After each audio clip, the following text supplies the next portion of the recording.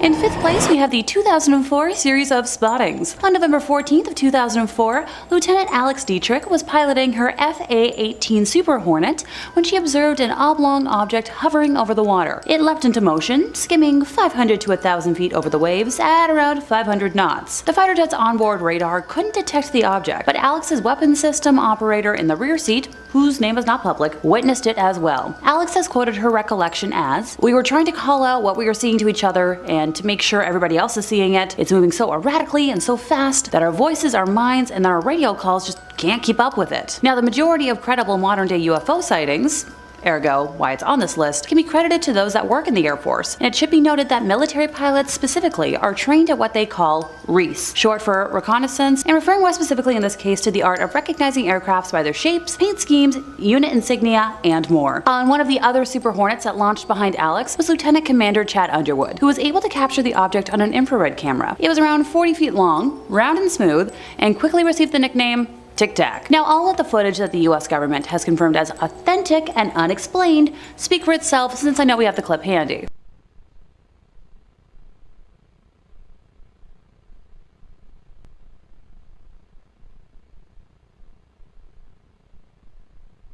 Around this time, starting on November 10th to be exact, Gary Voorhees, a petty officer on the USS Princeton guided missile cruiser, had been reporting apparitions on his radar screens in the same area, triple-checking his equipment before he made his report, and being the main technician responsible for that equipment, along with having 6 years of Navy experience at the time. Voorhees described what he was seeing as impossible. In just seconds, an object had dropped to the waterline from 60,000 feet, hovered, and then zipped away at high velocity, making right-angle turns that were quoted as being confounding and defying gravity. I'm not Elphaba. The objects returned for the next week, with Voorhees quoted as saying, "I was able to see it on the horizon during the night and during the day, and it definitely was a glowing object. Could I tell you for 100% certainty what it was exactly we were tracking?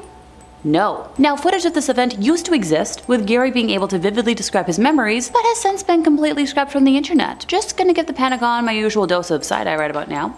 Don't mind me. In 4th place, we have the Washington Flap. At 11:40 p.m. on Saturday, July 19th of 1952, Edward Nugent, an air traffic controller at the Ronald Reagan Washington National Airport, try saying that 5 times fast, spotted 7 objects on his radar. The objects were around 24 kilometers south-southwest of the city, not following any established flight paths, and no known aircrafts were in the area. Edward's superior, Harry Barnes, a senior air traffic controller at the airport, watched the objects on the radar scope, later writing that they knew immediately that a very strange situation existed. Their movements were completely radical compared to those of any ordinary aircraft. Harry had 2 controllers check Edward's radar, and they found it was working normally. He then called the National Airport's radar-equipped control tower, and the controllers there said that they also had unidentified blips on their radar screen, and saw a hovering bright light in the sky that was moving at speeds they couldn't understand. At this point, other objects appeared in all sectors of the radar scope, and when they moved over the White House and the United States Capitol, Harry then called the Andrews Air Force Base, which was located around 10 miles away. Although they reported that they had no unusual objects on their radar, an airman soon called the base's control tower to report the sighting of a strange object. Airman William Brady, who was in the tower, saw an object which appeared to be like an orange ball of fire, trailing a tail, saying it was unlike anything he had ever seen before. Where have I said that already? As William tried to alert the other personnel in the tower, the strange object took off at an unbelievable speed. On one of the National Airport's runways, pilot S.C. Pierman was waiting in the cockpit of his plane for permission to take off. After spotting what he believed to be a meteor, he was told that the control tower's radar had detected unknown objects closing in on his position. Pierman observed 6 objects that he described as white, tailless, fast-moving lights over a 14-minute period. He was in radio contact with Harry during his sighting, and Harry later reported that each sighting coincided with a pip that could be seen near his plane. When he reported that the light streaked off at a high speed, it disappeared on the scope. Meanwhile, back at the Andrews Air Force Base, Staff Sergeant Charles Davenport observed an orange-red light to the south where the light would appear to stand still, then make an abrupt change in direction and altitude, with the phenomena happening over several times. At one point, both radar centers at National Airport and the radar at Andrews Air Force Base were tracking an object hovering over a radio beacon. The object vanished in all 3 radar centers centers at the same time. At 3 a.m., shortly before two United States Air Force F-94 Starfire jet fires from Newcastle Air Force Base in Delaware arrived over Washington, all of the objects vanished from the radar at National Airport. However, when the jets ran low on fuel and left, the objects returned, which convinced Harry that the UFOs were monitoring radio traffic and behaving accordingly. The objects were last detected by radar at 5:30 a.m. Now, the government later tried dismissing the events of that day on a temperature blip, but those who were present have been adamant otherwise. In third place, we have the Go Faster video. The video, uploaded by the UFO investigative group to the STARS Academy of Arts and Sciences in March of 2018, was secured by a Freedom of Information Act request to the US government. The video was taken in 2015 off of the East Coast by an FA-18F fighter jet using the aircraft's onboard Raytheon AN/ASQ-228 Advanced Targeting Forward-Looking Infrared Pod, also known as the ATF-LIR. I know myself too well. I'll trip over my tongue if I try saying that any more than I just did, so it shall be called ATF for short. It's not the official short form, but work with me here. ATF is designed to allow pilots to track, target, and destroy targets on the ground at ranges of up to 40 miles. It should be noted that ATF is good at spotting, but not engaging aerial targets. Now, this video, nicknamed Go Fast by To The Stars, starts by explaining the various numbers and symbols that appear in the footage. You know, things like the aircraft's altitude, which was around 25,000 feet, and the fact that the ATF was pointed ahead and to the left of the Super Hornet. The readout also explains that the aircraft was traveling at 252 knots and in a 5-degree turn, and the unknown object was approximately 4.4 nautical miles away. The video shows the Super Hornet's weapons system operator repeatedly trying to acquire the UFO with the ATF's built-in auto tracker, which can pick out an object and keep it centered on camera. After 2 tries, the weapons system officer, or WSO for short, shouts, "Whoa, got it!" To which another person, assumed to be the pilot, says, "Woohoo! Whoa! What the bleep is that thing?" The pilot asks. The WSO later says, "Oh my gosh, dude." To which the pilot replies, "Whoa, what is that, man?" Now, this is where the skeptics would start asking, "But Alexa, how is this unknown object different from, weird government aircrafts we don't know about?" Well, doubters, let me count thy ways. For starters, the UFO doesn't have any kind of hot exhaust trail that would be emitted by a conventional turbine engine, appearing to emit, no heat on the ATF sensor. And secondly, the UFO doesn't have any visible wings or fins. Through my research, I've learned that even cruise missiles, such as the American Tomahawk, have small winglets that should be visible, and other missiles, such as the Maverick anti-tank missile, still have little stubby fins. The UFO appears oval-like and does not appear to fly nose first in the direction of travel. To quote from one of my favorite films, "Take that, Mr. Doubting Mustafa." In second place, we have the Aguadilla UAP. Jonathan Lace, spokesman for the Scientific Coalition for UAP Studies, SCU for short, explained the organization believes the most compelling footage of anomalous activity ever taken was by a Homeland Security aircraft over Puerto Rico on April 25th of 2013. I'll let you folks make up your own minds in the comments, but let's get at it. The video was captured at around 9:20 p.m. on that fateful day as an unknown object flew across the runway of the Rafael Hernandez Airport in Aguadilla and was caught on infrared camera by a U.S. Customs and Border Protection aircraft, the footage of which was leaked to the SCU by an anonymous source. The eerie footage shows an object believed to be up to 5 feet in length, moving at speeds of up to 120 miles per hour, get close to the ground before seemingly plunging into the ocean and splitting into two. In a 50-page report, the SCU has made notes that no bird, no balloon, no aircraft, and no known drones have that capability. It also appears to not disturb the water when plunging beneath and then re-emerging from the surface, a phenomenon known as transmedium travel. SCU investigators said that the object appears to be of unknown origin after spending 1,000 hours researching the UAP in question. It is claimed that the pilots of a DHC-8 turboprop spotted a red light over the ocean. They then contacted the control tower, who told them they did not know the identity of the object, and then the object's lights went out as it approached the shore. The plane then engaged its thermal imaging camera and went on to follow the UAP. The SCU report concluded by saying that the video is the best documentation of an unknown aerial and submerged nautical object exhibiting advanced technology they've ever seen. They have since called for the release of more data from the Pentagon after the release of the Tic Tac, Gimbal, and Go Fast videos. In their statement, the SCU says that they believe that all government data regarding unidentified aerospace objects should be made available to the public to be openly investigated by the broader scientific community, provided that such data does not not compromise sources or methods of data collection. Now, a full scientific investigation of such data would be able to uncover valuable information relating to both national security and advancement of our understanding of physics, aerospace engineering, and our world and beyond. Here's to hoping the Pentagon listens someday and releases that footage. If I've said it once, I've said it a million times. They just really need to stop being so cagey about what they release. They really don't release information unless they're forced to, and while I hate sounding like a broken record, they need to do better. And in first place, we have the Chicago O'Hare Airport sighting. At around 4:15 p.m. on November 7th of 2006, federal authorities at Chicago O'Hare's International Airport received a report that a group of 12 airport employees were witnessing a metallic, saucer-shaped craft hovering over gate C-17. The object was first spotted by a ramp employee who was pushing back United Airlines Flight 446, which was departing Chicago for Charlotte, North Carolina. The employee made the flight's crew aware of the mysterious object above their aircraft, and this unknown craft was also witnessed by, pilots, airline management, and mechanics, so a lot of people. No air traffic controllers saw the object though, and it didn't show up on radar. Witnesses described the object as completely silent, 6 to 24 feet in diameter, and dark gray in color. Several independent witnesses outside of the airport also saw this object. One described, seeing a disc-shaped craft hovering over the airport, stating that it was obviously not clouds since the object shot through the clouds at a high velocity, leaving a clear blue hole in the cloud layer, which closed itself shortly after the events. According to a reporter at the Chicago Tribune, the disc was visible for approximately 5 minutes and was seen by close to a dozen United Airlines employees, ranging from,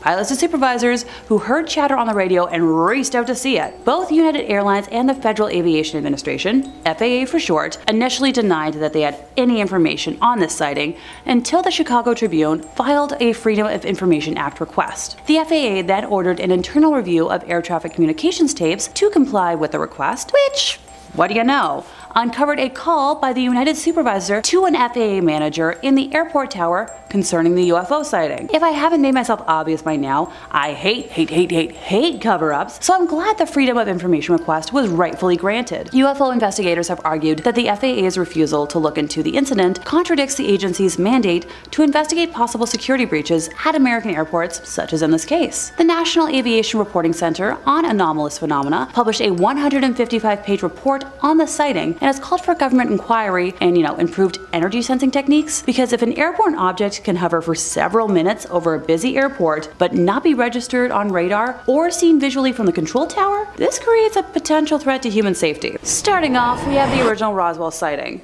One simply cannot discuss aliens, UFOs, or anything supernatural without mentioning that fateful summer of 1947. Rancher W.W. Mack Brazel had found wreckage on his property in Lincoln County, New Mexico, roughly 120 kilometers north of Roswell, sometime between mid-June and early July, describing it as rubber strips, tinfoil, and thick paper. The ranch had no phone and no radio, leaving Matt completely unaware of the ongoing flying saucer craze, so he gathered the debris and just pushed it under some brush to dispose of it. This was not the first instance of a flying disc spotting in the region, with several stories already being reported to the press that year. On July 5th, Mack drove into Corona, where he heard stories of silvery flying discs, and 2 days later, on July 7th, made the decision to bring the wreckage into the sheriff's office in Roswell. The sheriff called in the Roswell Army Airfield, which assigned the matter to Major Jesse Marcel. Mack brought Major Marcel back to the debris site, and the two gathered up more pieces of rubber and tinfoil, with the Major taking the materials home. On July 8th,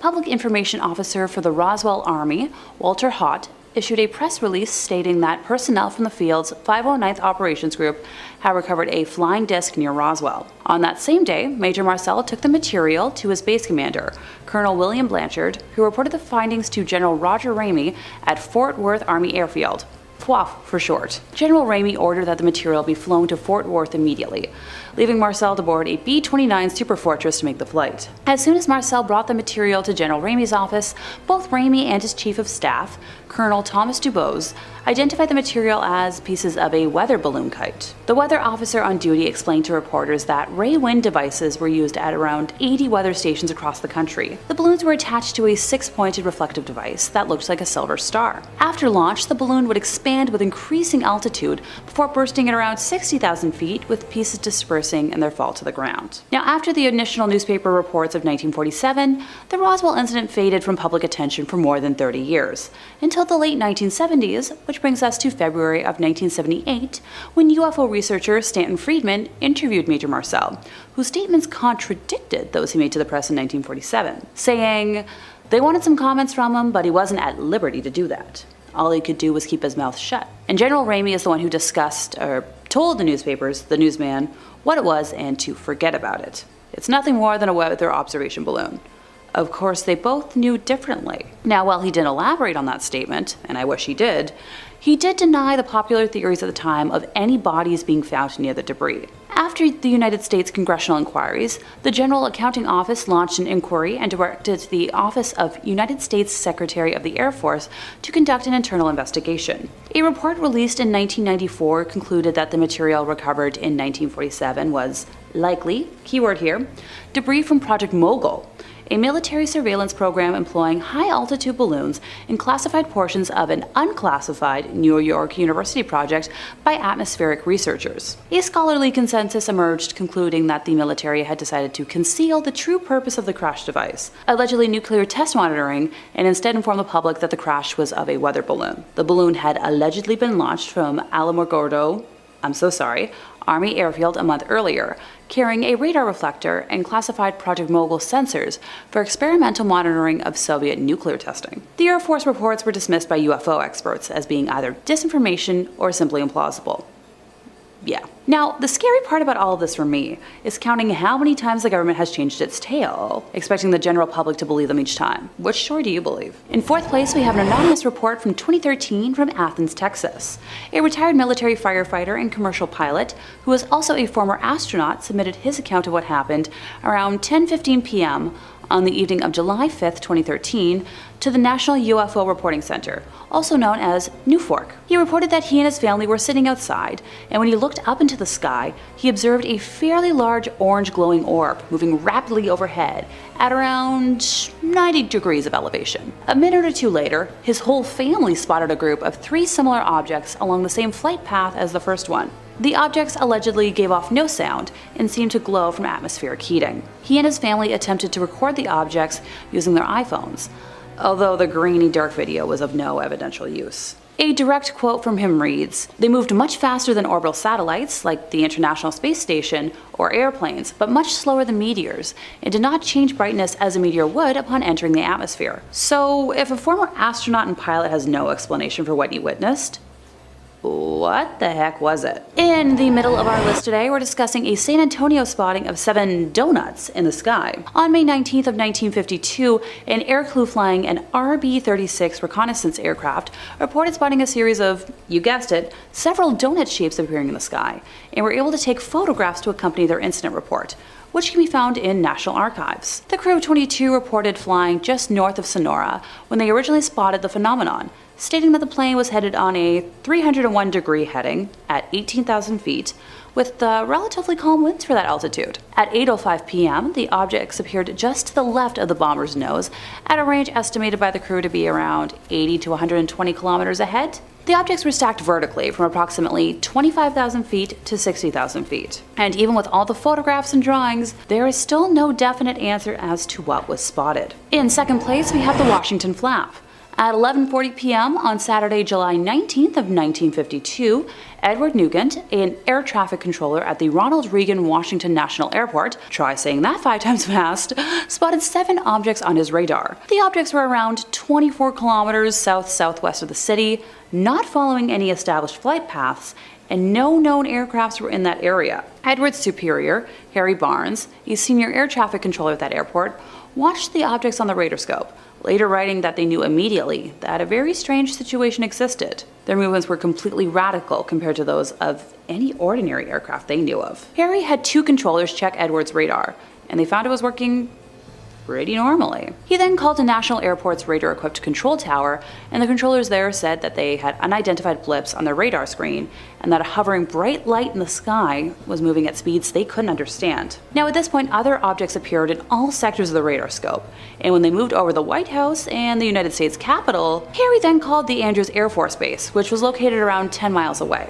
Although they reported that they had no unusual objects on their radar, an airman soon called the base's control tower to report the sighting of a strange object. Airman William Brady, who was in the tower, saw an object that appeared to be an orange ball of fire, trailing a tail, saying it was unlike anything he had ever seen before. Now, where have I said that? Oh yeah. As William tried to alert the other personnel in the tower, the strange object took off at an unbelievable speed. On one of National Airport's runways, pilot S.C. Pierman was waiting in the cockpit of his plane for permission to take off. After spotting what he believed to be a meteor, he was told that the control tower's radar had detected unknown objects closing in on his position. Pierman observed 6 objects that he described as white, tailless, fast-moving lights over a 14-minute period. He was in radio contact with Harry during his sighting, and Harry later reported that each sighting coincided with a pip that could be seen near his plane. When he reported that the lights streaked off at a high speed, it disappeared on their scope. Now meanwhile, back at the Andrews Air Force Base, Staff Sergeant Charles Davenport observed an orange-red light to the south, where the light would appear to stand still, then make an abrupt change in direction and altitude, with the phenomena happening over several times. At one point, both radar centers at National Airport and the radar at Andrews Air Force Base were tracking an object hovering over a radio beacon. The object vanished in all 3 radar centers at the same time. At 3 a.m., shortly before 2 United States Air Force F-94 Starfire jet fighters, I'm really ancient on my airplanes today, from Newcastle Air Force Base in Delaware arrived over Washington. All of the objects vanished from the radar at National Airport. However, when the jets ran low on fuel and left, the objects returned, which convinced Harry that the UFOs were monitoring radio traffic and behaving accordingly. Now, the objects were last detected by radar at 5:30 a.m. The government later tried dismissing the events of that day on a temperature blip, but those who were present have been adamant otherwise. In first place, we have the abduction of Betty and Barney Hill. Yeah, I know I said I'd be talking about UFO sightings today, but this event is a combination sighting and abduction that I couldn't leave off the list. The Hills were a married couple that lived in Portsmouth, New Hampshire. Barney was employed by the United States Postal Service, while Betty was a social worker. They were active in the local Unitarian congregation, members of the NAACP, and Barney sat on a local board of the United States Commission on Civil Rights. Overall, they seem like pretty normal folks, right? The UFO sighting happened at around 10:30 p.m. on September 19th of 1961. The Hills were driving back to their home in Portsmouth from a vacation in Niagara Falls in Montreal. Just south of Lancaster, New Hampshire, Betty noticed a bright point of light in the sky that moved from below the moon in the planet Jupiter upwards to the west of the moon. While Barney was driving, Betty reasoned that she was observing a falling star. Only, it was moving upwards. Because it moved erratically and grew bigger and brighter, Betty convinced Barney to stop their car for a closer look, as well as to walk their dog, Dulcie. Barney obliged and stopped at a picnic area just south of Twin Mountain. Now by this point, Betty had dug out her binoculars for a closer look and described seeing an odd-shaped aircraft flashing multicolored lights travel across the face of the moon, believing it to be a flying saucer based off of stories she had heard from her sister. Now taking his turn with the binoculars, Barney thought it was just a commercial plane at first, but soon changed his mind because without looking as if it had turned, the craft rapidly descended in his direction, causing him to realize something was wrong. The Hills said they continued driving on the isolated road, moving very slowly towards Franconia Notch in order to observe the object as it came even closer. At one point, the object passed above a restaurant and signal tower on top of Cannon Mountain and came out near the Old Man of the Mountain. Betty testified that it was at least 1.5 times the length of the granite cliff profile, which was 40 feet long, and it seemed to be rotating. At one point, the object descended rapidly towards their vehicle,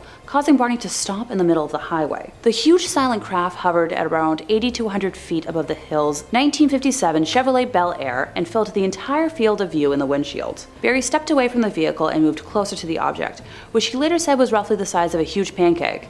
And that statement right there just made me hungry. Still using the binoculars, Barney claimed to have seen 8 to 11 humanoid figures peering out of the craft's windows, seeming to look right at him. In his report to investigator Walter Webb of the National Investigations Committee on Aerial Phenomena, NICAP, Barney described specifically that the beings were somehow not human, but humanoid. In unison, all but one figure moved to what appeared to be a panel on the rear wall of the hallway that encircled the front portion of the craft. The one remaining figure continued to look at Barney and communicated a message to him, saying, "Stay where you are and keep looking." Barney had a recollection of observing the humanoid forms wearing glossy black uniforms and black caps. Red lights on what appeared to be bat wing fins began to telescope out of the sides of the craft, and a long structure descended from the bottom of the aircraft. Now, the silent aircraft approached what Barney estimated was within 50 to 80 feet overhead and 300 feet away from him. Not arriving home until dawn, the Hill stated that they had some odd sensations and impulses they couldn't explain. Now, extremely confused, the Hill said they tried to reconstruct what had exactly happened the night before, but their memories were incomplete and fragmented. Notice I did a little bit of a jump there. That's because we don't know what happened. After sleeping for a few hours, Betty awoke and placed the shoes and clothing she had worn during the drive into her closet, observing that the dress was torn at the hem, zipper, lining, and later noted a pinkish powder on her dress. Now, over the years, 5 different laboratories have conducted chemical and forensic analyses on the dress. This wasn't the only damaged items in their possession. Barney said that the leather strap for the binoculars was torn, but didn't remember how. The toes of his best dress shoes were scraped, and their watches were broken, and no matter what, never worked again. There were shiny concentric circles, so similar to the rings that you would find on a tree trunk on their car's trunk, that had not been there the previous day. Betty and Barney experimented with a compass, noting that when they moved it close to the spots, the needle would whirl rapidly. But when they moved it a few inches away from the shiny spots, it would drop down. 10 days after the UFO encounter, Betty began having a series of vivid dreams, which continued for 5 successive nights. She stated that she experienced them with a degree of detail and intensity that she never had before, and after the 5th night, they stopped and never recurred, although they occupied her thoughts during the day. Determined to recover their lost memories, the Hills opted to partake in hypnosis sessions. Barney recalled driving the car away from the UFO, but afterwards he felt compelled to pull off the road and drive into the woods, eventually spotting 6 men standing on the dirt road. The car stalled, and 3 of the men approached the car, telling Barney not to fear them. He was still anxious, however, and he reported that their leader told him to close his eyes. While hypnotized, Barney said, "I felt like the eyes had pushed into my eyes," a statement he would repeat each session. The best anyone has been able to rebut what happened was claiming stress and sleep deprivation as the cause of what they saw and experienced. I'll admit, I'm usually much more of a skeptic, but this seems pretty dang real to me. Number 5.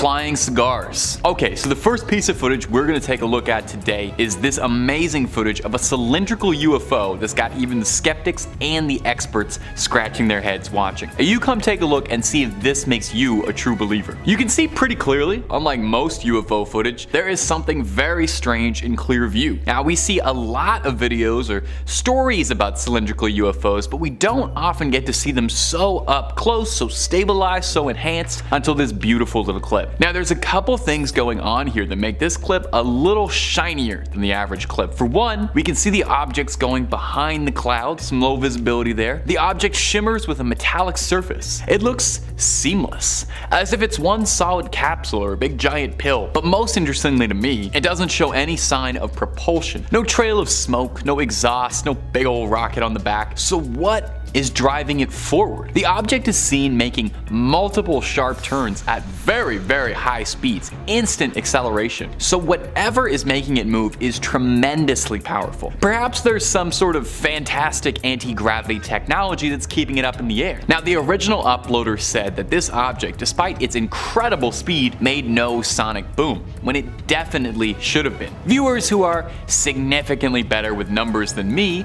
suggest that the object is going around 1,800 kilometers per hour. So what do you think, my dear sweet viewers? Is this some of the most compelling footage of a UFO in a while, or is this big strange pill craft just a big pill to swallow? You let me know down below. And if you're looking for way more alien content, well, you already know the Top 5 Scary has some of that and then some. We have got boxes and boxes full of alien videos for you to peruse and enjoy. But if alien videos aren't your jam, we've got a video on just about everything scary under the sun and above it. So click on through, make sure you hit subscribe, please hit that little bell, but do that at the end of this video, okay? Because I got 4 more alien sightings coming for you right now. Number 4, the mysterious triangle. Now, it wouldn't be a proper list of mysterious UFO sightings without a classic sighting of a triangular black UFO. If you're a regular enthusiast of UFO content, you probably recognize that black triangle UFOs are one of the most repeated sightings, right after those cylindrical cigar-shaped Tic Tac UFOs we just covered. Now, this next clip you're about to see was sourced from TikTok by the account TR3B Black Manta YT and was stabilized and enhanced by other members of the UFO community to highlight the clip, and we're glad they did because this is about to blow your mind. Take a look. Now, a very popular conspiracy theory in the sort of UFO stratosphere is that the existence of these black triangular crafts are traced back to a purported top secret aircraft developed by the US military, codenamed as the TR-3 Black Manta, hence the name of the TikTok account we sourced this from. Now, the alleged Black Manta is a classified stealth reconnaissance plane capable of vertical takeoff and landing, as well as extraordinary maneuverability. It's believed that it's got supremely advanced propulsion systems and radar evading technologies, allowing it to operate undetected. Now, believers in this theory state that sightings of black triangular UFOs are sightings of this classified aircraft, and that the government uses UFO conspiracies as a way to divert attention away from their covert operations. Now, not to get too tinfoily, but that sounds incredibly likely. There are some who believe as well that the TR-3 could be proof of a UFO, implying that the craft was reverse engineered from downed or otherwise recovered alien technology. Obviously, the government isn't going to outright confirm or deny anything vis-a-vis aliens, especially any top secret black ops level secrets, so officially the government has denied any involvement about a possible TR-3 Black Manta project. So what do you think, my viewers? Are these sightings of black triangle UFOs sightings of advanced military technology from this world or from someone else's? Number 3, the lights over Vegas. Coming up next today on this list is going to be this strange footage out of Las Vegas. Sometimes what happens in Vegas doesn't stay in Vegas and blows up the internet, like this series of mysterious bright lights that hovered above the city for hours, being seen by countless people, and yet no one seems to be able to figure out what it was. Now, often the bright glow of something like this could be traced to flares or aviation training. That was the hypothesis put forward by the local news station that aired this clip, suggesting it could be activity from Nellis Air Force Base, Creech Air Force Base, or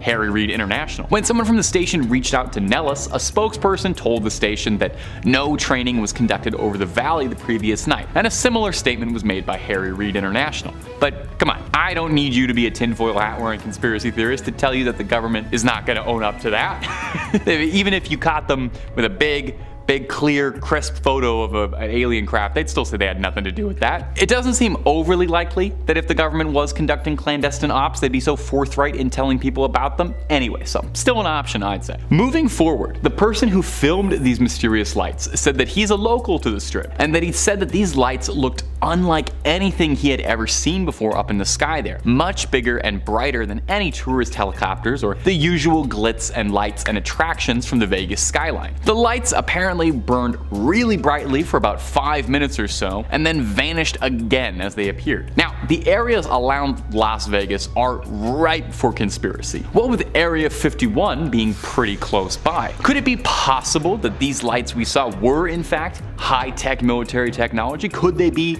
reverse engineered alien technology? Or could it just be a bunch of geese that all had Christmas lights wrapped around them? We may honestly never know. Number 2, the flying saucer over Phoenix. Coming up next today in our collection of UFO footage collected by average Joes on the ground is this sighting from Phoenix, Arizona of what looks to be a pretty clear-cut flying saucer flying sideways through the sky. Now, we've seen a cylinder, we've seen a triangle, and we've seen a series of strange floating lights, so I think it's high time that we round out the collection of UFO footage by adding in a flying saucer, the most classic of all UFO sightings. You close your eyes, you imagine a UFO, you probably imagine a little flying saucer, a little glass bubble, a little green guy in there. In this clip, we can see some vaguely disc, saucer-like effigy hurtling through the sky at a rapid speed. Now, unfortunately, this clip is a bit older and came at a time before 4K cameras were the norm, and so we can downright count the pixels on the screen. It's like a vintage throwback. It's hard to make out exactly what's happening in the clip, and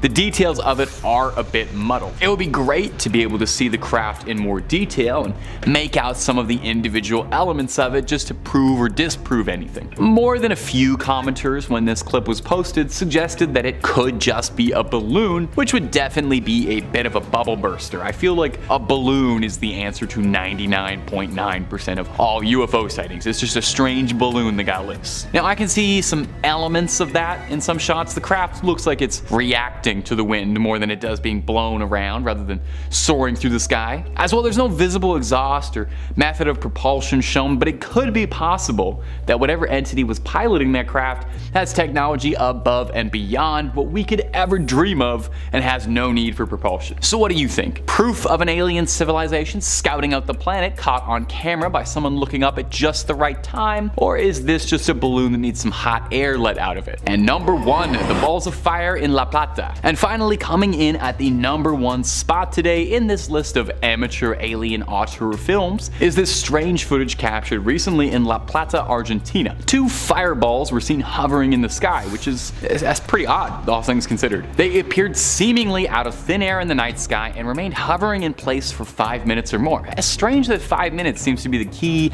amount of time that fireballs hang up in the sky. At the time of the sighting of the fireballs, there were no storms, it's a clear night, and these fiery red flares light up the night sky like they're gigantic evil eyes staring down at us. Very imposing. We could see tons and tons of people coming out to take photos and gawk and try to figure out what was happening, so this isn't a one-off camera glitch or someone getting crafty with CGI. We've got loads of eyewitnesses accounting for this. Now, some skeptics have suggested that this could be rocket vapor or something left over from a Starlink operation. Now, maybe it's because I'm not a rocket scientist, I'm just a YouTube host, sort of, but I'm not convinced. Many reports flooded in around this one particular incident, with residents all describing them as shining fireballs in the night sky. Well, local government tried to come forward with an explanation, believing that it came from a petrochemical plant, with the leading explanation being that the flames were from 2 catalytic units in the plant, causing a flare for a short period of time. Now, despite that being the official story, there are of course still some skeptics who think that's just a convenient cover-up to prevent local residents from getting their hands too close to the actual truth, with some locals claiming they've seen lights from the plant before and they're never that bright or that high up in the night sky. So,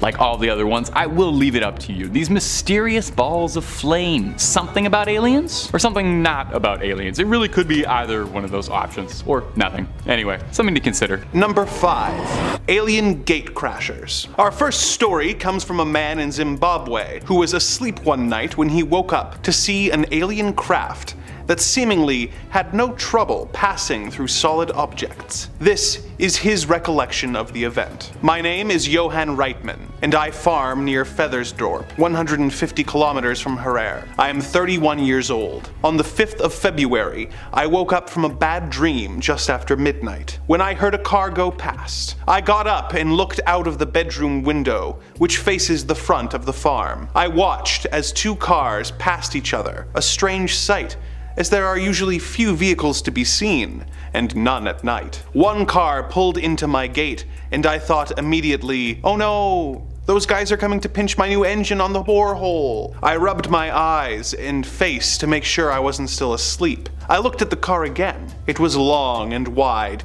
and made a low humming sound. I could see lights at the back, a row of red lights, and a front light which shone high enough to illuminate the treetops. This car or object stopped at my gate for a good 30 seconds and then drove on as if the gate had been opened, and that was it. It was gone. I took my torch, my rifle, 4 farm workers, and my dogs, and we went out to the gate. Despite the fact that it had just rained, there were no tire tracks or human tracks on the road. As we approached the gate, I could feel heat coming up from the surface of the road, a really oppressive heat radiating from the ground. Even my ears felt flushed with heat, and my workers and I were soaked with perspiration. It was about 12:30 by then, so when we found nothing further, we all went back home. It was only the following morning that it occurred to me that when we reached the gate, it was closed. This meant that the car had disappeared through a closed gate because they had been watching it when it disappeared, and the gate hadn't moved. The next day, I sent one of the farm workers to fetch some sheep who were lost in the bush, and on his way back, he said he saw an object straddling the road. By the time he reached the spot, it was gone, but strangely enough, the sheep would not walk over to the area where the object had been. Instead, they divided around it. Number 4, a UFO crash in Greece. Our next report comes from Georg and Panteloas, who interviewed the witnesses of a UFO crash in Megas Platanos in Greece. The following is quoted directly from his report. At 0300 hours that night, shepherds and some villagers observed a small group of 5 to 6 UFOs approaching the area from the north. One of them, had an unstable flight and seemed to be having a problem. Strange lights came out of the UFO's fuselage, but without any noise. As an eyewitness, Shepherd Trantos Karatranos told me suddenly the treble UFO lost altitude and crashed to the ground at a distance of about 500 meters away from him. He didn't hear any noise, but a fire started burning the bushes. Trantos was very afraid to get closer and stayed in his position watching the phenomenon. The rest of the UFOs in this group stopped over the accident spot, and 2 of them landed near the destroyed UFO. In a few minutes, the fire in the bushes was terminated. For the rest of the night till dawn, there was an unusual traffic from the ground to the flying UFOs. Light spots went up and down, probably collecting the pieces of the destroyed UFO and any bodies of the crew. They finished the collection before sunrise, and after that, the rest of the UFOs took off and were lost in the sky. Meanwhile, all the villagers had been awakened and had seen the whole operation. Early in the morning, the villagers went out to the spot where all of this had occurred, and they saw on the ground a burned oval shape in the ground, with a cut pine tree in the center, and very small metallic pieces, and pieces of wires around the tree. Some of the people, like Aragus Alavantes, collected a number of these pieces. One strange thing was that at the edges of the burned oval, the fire stopped, like it had been cut by a knife. Some hours later, a team of Hellenic Air Force personnel came into the area and told the villagers that this was nothing serious. Maybe a Soviet satellite crashed or a plane. They took some pieces of the UFO too and left the area. Argyris sent a piece of the UFO to the Space Research Institute in Brussels. That's the story. If you think that we need more information, we can get more, because I have a very good relationship with the people in the village of Megas Plantos. You see, they don't like to talk a lot about the story, because they are afraid that someone will think they are crazy or something. Number 3. An unexpected police sighting. The next story on our list was related by a Lithuanian police chief, whose officers witnessed strange UFO activity that resulted in him having to make the press rounds to reassure the people of his country. As he put it, "I am chief of police in Vilnius, Lithuania. Recently, I had to appear on the radio to explain that 2 policemen who had reported seeing something extraordinary were known to me to be reliable witnesses and were of sound and honest mind. There has been considerable public anxiety about this matter, arising from what I consider to be media hysteria about their official report. Earlier this year, the entire police force was put on alert. The 2 officers stated that they had observed a round shining object on the main route at around midnight, 10 kilometers from the capital city, near the village of Nemegis. The object was flashing bright light and hovered 20 to 30 meters above the ground. At the same time, you could hear a strange sound, like electricity crackling, they said. The 2 men approached the UFO after watching it for almost half an hour. When they were some 50 meters from it, the object started to move upwards and away from them into the air, then accelerated towards the town. At that point, an alert was put out, and van loads of Rapid Reaction Force police and tracker dogs arrived on the scene, but the UFO had disappeared. We conducted official tests on the area's ground composition, measuring the air's radiation, and took sound recordings. The grass in the area for 10 meters around where the UFO was reported to have been sighted was visibly flattened. Number 2. A Swedish abduction. Our next tale is from a Swedish man who was walking home one night when he suddenly saw a strange light that seemed to instantly transport him to his destination. The following is his story in his own words. Call me Anders. In early March, I left a local election celebration and decided to walk home, about 5 kilometers away. I had a few glasses but was still sober. It was a starry, moonlit night, and I decided to take a shortcut that led over a hill. As I was climbing, a bright light came from behind, which I thought was a fast car. I moved off the road onto the grass verge, and then I realized it was not a car. The light passed right over me, almost touching my head very quick. Then, I found myself immediately outside my home in Lindholmen, ringing the doorbell frantically. When my wife opened the door, she saw that I had a wound in my forehead and my cheek was burnt. The next day, I telephoned the National Defense and was interviewed in detail by 2 investigators. They told me there were other witnesses. A woman cyclist reported seeing a light at the same time I did, and a couple driving nearby saw what they thought was a new water tower with extremely bright lights shining out of its windows. Later, they realized there was no water tower at that spot. I still have a scar on my face to this day. Whenever I touch it, I feel a tingling sensation,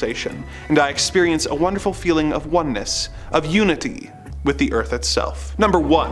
A strange sighting in Uruguay. Our final tale of the day comes from a police chief in Uruguay who was out with friends when the sights he saw made him a believer. In his own words, "I am Police Chief Miguel Costa, in charge of the force at Melo, Uruguay. On March 10th, I was driving with 2 friends, Armando and Maria Pasa, along a gravel road near Tacuarembó, when a huge oval disc loomed out of the early morning darkness. It was enormous and gleaming, with yellow and orange lights. I stopped the car and purely on impulse flashed the headlights. All of a sudden, the UFO appeared to hesitate and zigzag up and back, as if answering our call. When I started up again, it was following us. I again stopped the car and flashed my lights. Again, the UFO appeared to waver in reply. We drove on once more along the twisting road, and the UFO stayed with us, always about half a kilometer away. This went on for almost 50 kilometers. That's when the strangest thing of all occurred. We were all glued to the windows, watching as the disc suddenly shot towards the ground as if it was going to crash. It stopped 50 to 100 meters from the Earth, and we could clearly see its round, dome-like shape with a large flat plate underneath. There was a slight ring of cloud around the dome. The top was reddish, but the bottom was a brilliant glowing white. Inexplicably, the new position of the UFO made us all uneasy, so we turned around and headed back to Tacuarembó, the nearest town. The blazing lights of the UFO remained at a constant distance behind us. I pulled in under some trees, hoping to evade it. We then observed a second disc traveling some distance behind the first. They never touched, but they seemed to be traveling together. They seemed to maneuver up and down until clouds started to form. Then they passed over the top of the clouds and lit them up like a halo. Then they faded, getting smaller and smaller until they disappeared at dawn. They had been with us for 90 minutes.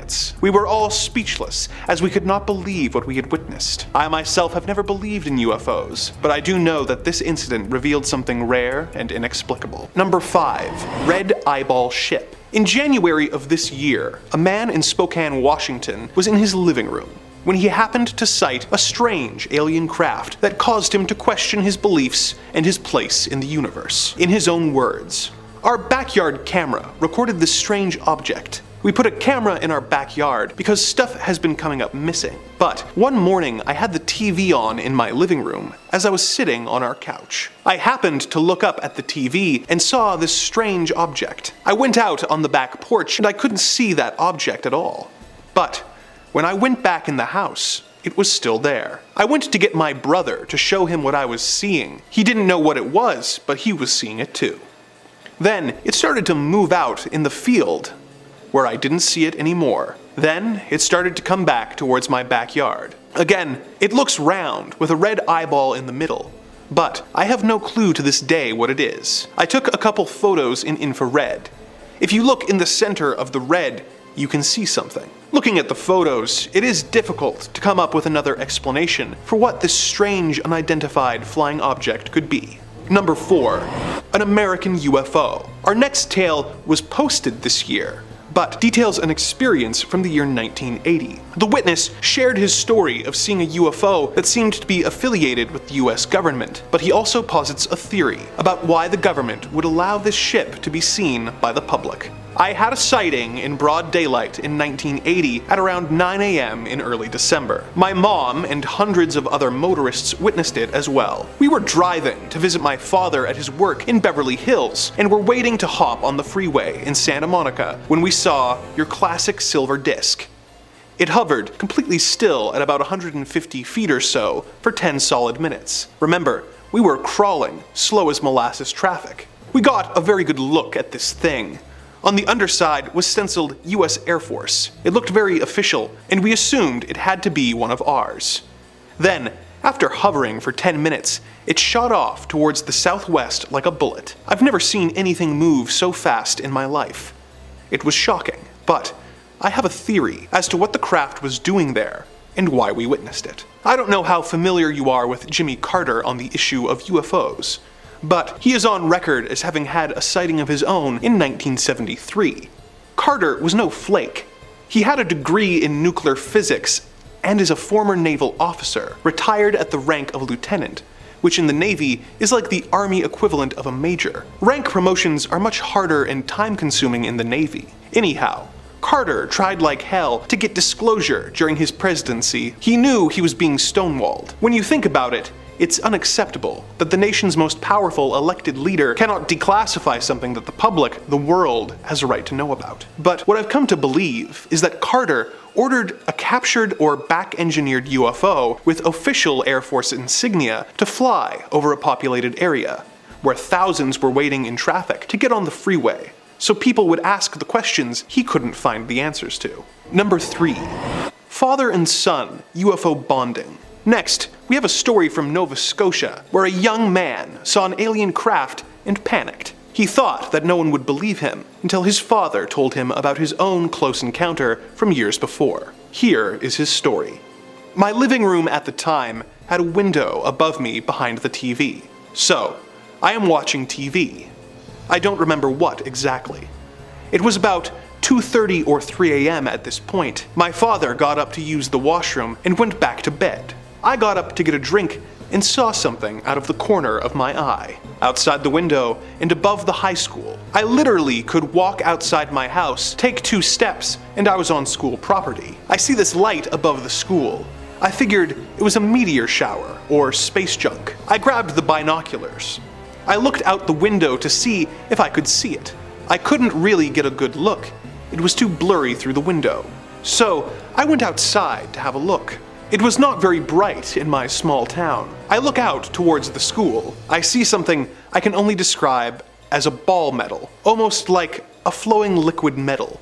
But to my eyes, it seemed like it was taking the form of a sphere, condensing in on itself from time to time and rippling.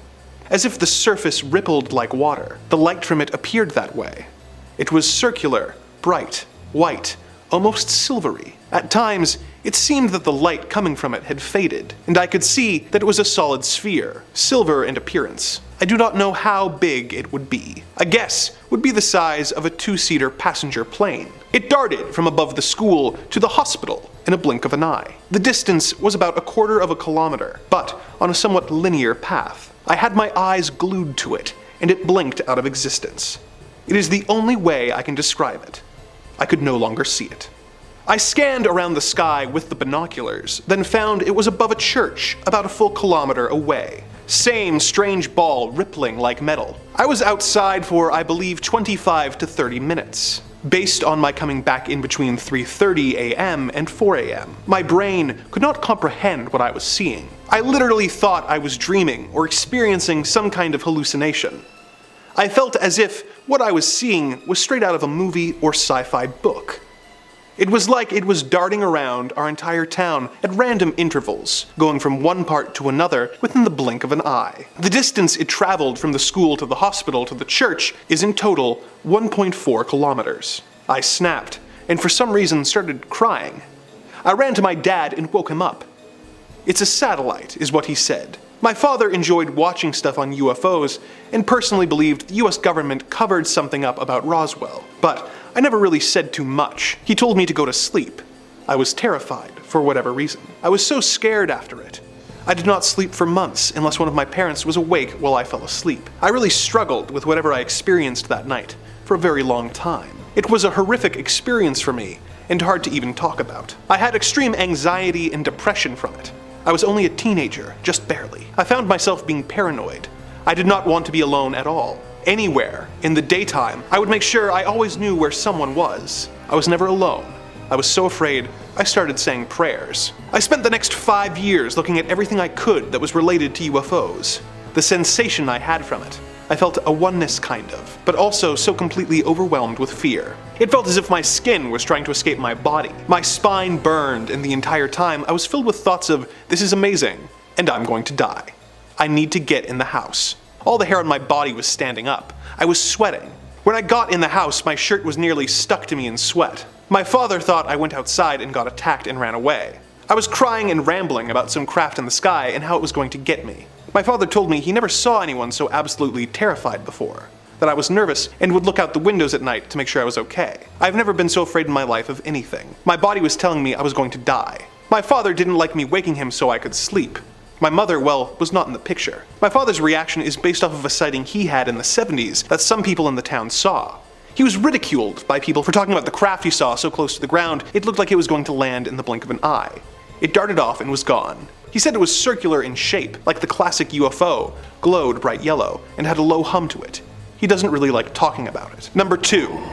Another father-son tale. Next, we have a story from a man who was not a believer in alien life until one night his young son pointed out something in the night sky to him. In his own words, "I was in my home in Almond, Michigan. That time of year it gets quite dark quite early. It must have been around 8 p.m. My son, who at the time was 12, came running into the house, saying there was a UFO right outside our house. Let me add, at this point, I was not one who believed in UFOs. I went outside and my son pointed south and upwards and said, 'Look.' The funny thing was, at first I didn't see anything, but I did notice it was unusually dark. Then I noticed a very dim light. I suddenly realized that the reason it was so dark was that there was a huge craft right over our driveway.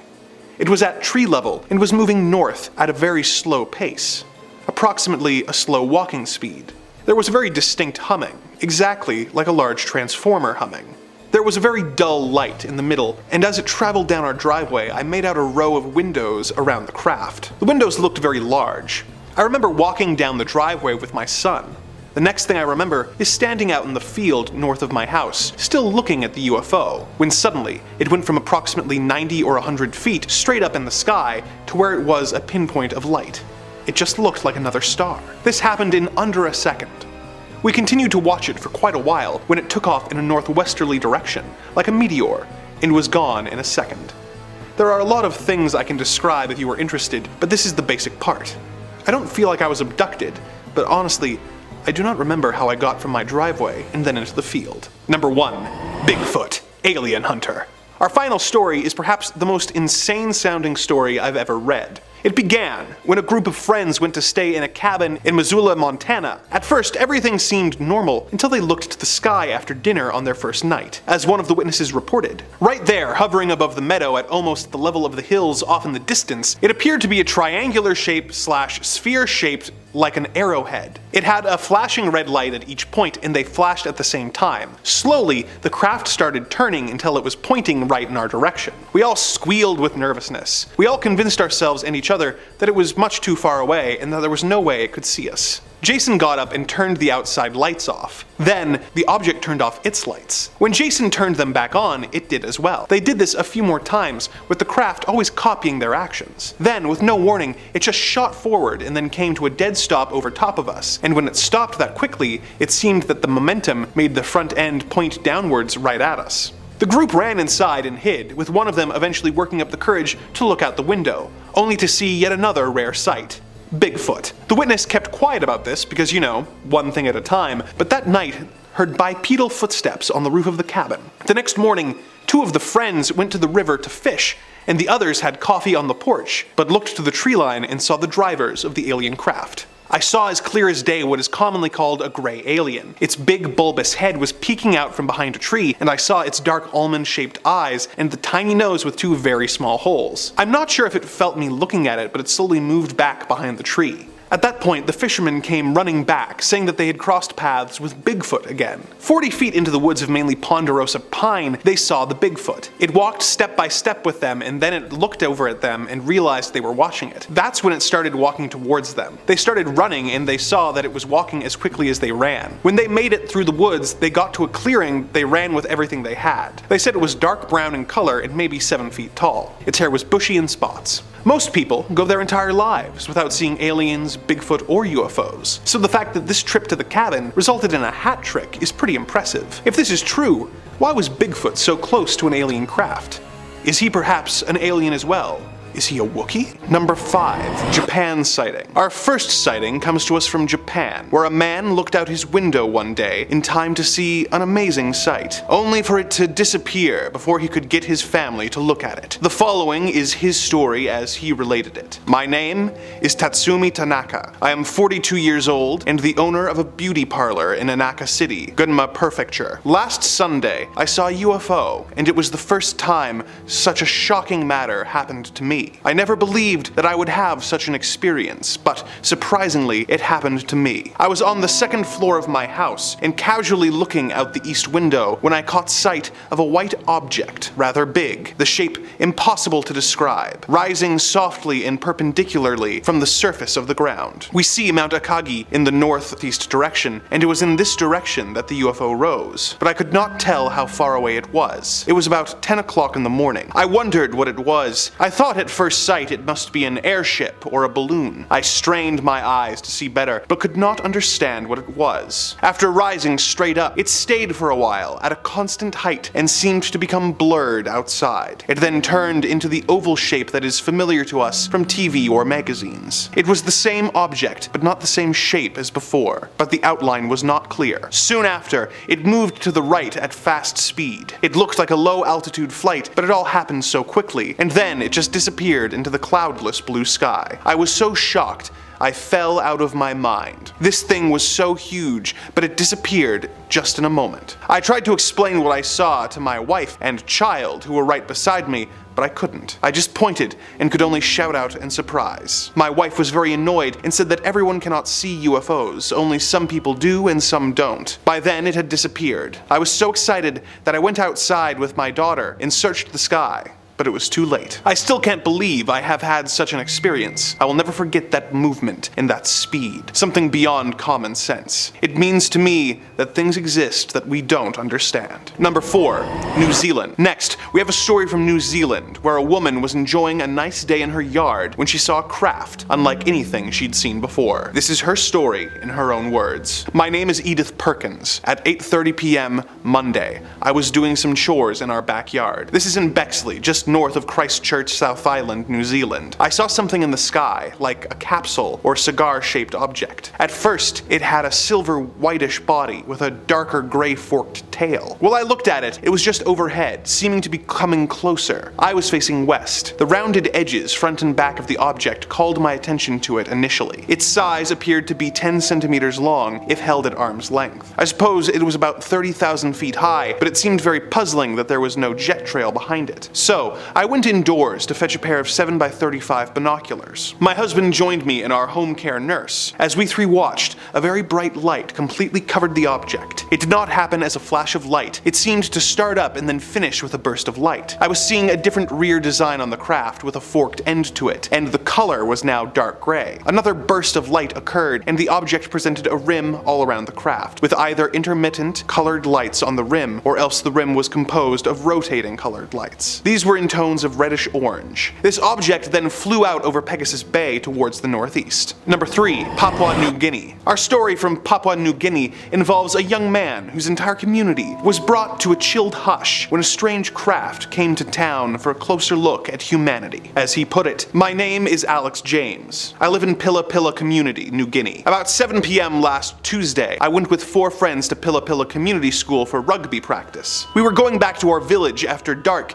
when we saw some bright lights approaching. There were a lot of people about, some coming back from bathing, and others sitting around eating their dinners. When they saw the light, they all ran inside and locked their doors, except for a few of us who just stood and stared. As the UFO approached us, we heard no sound. The street lights all dimmed just like a torch when the batteries are failing. It hovered over the coconut palms and looked huge. It was oblong in shape. It passed slowly overhead. My friends and I were almost frozen as we watched it. We felt as though we could not move or speak, because we were so shocked by the sight. The bottom of the UFO was oblong shaped, with very bright lights all around the edges. At the top was a pyramid-like shape, with lights around it also. Just bright white. No colors. It was huge and took over 30 minutes to pass by. We checked the time. When it was hovering over us, it seemed to be as bright as day. The whole place was lit up like bright daylight. That's how bright its lights were. Then the object just disappeared in the direction of the mountains near Vuvu. Number 2, Zimbabwe sighting. Our next tale comes to us from a journalist named Cynthia Hind, who interviewed a teenager named Lloyd, who witnessed not only a strange craft, but alien life forms when he was awoken late one night. The following is quoted directly clearly from her report. At between 1 and 1:30, he woke up, and because he knew it would be quiet at that hour, he decided to do some studying for his exams. Whilst thus engaged,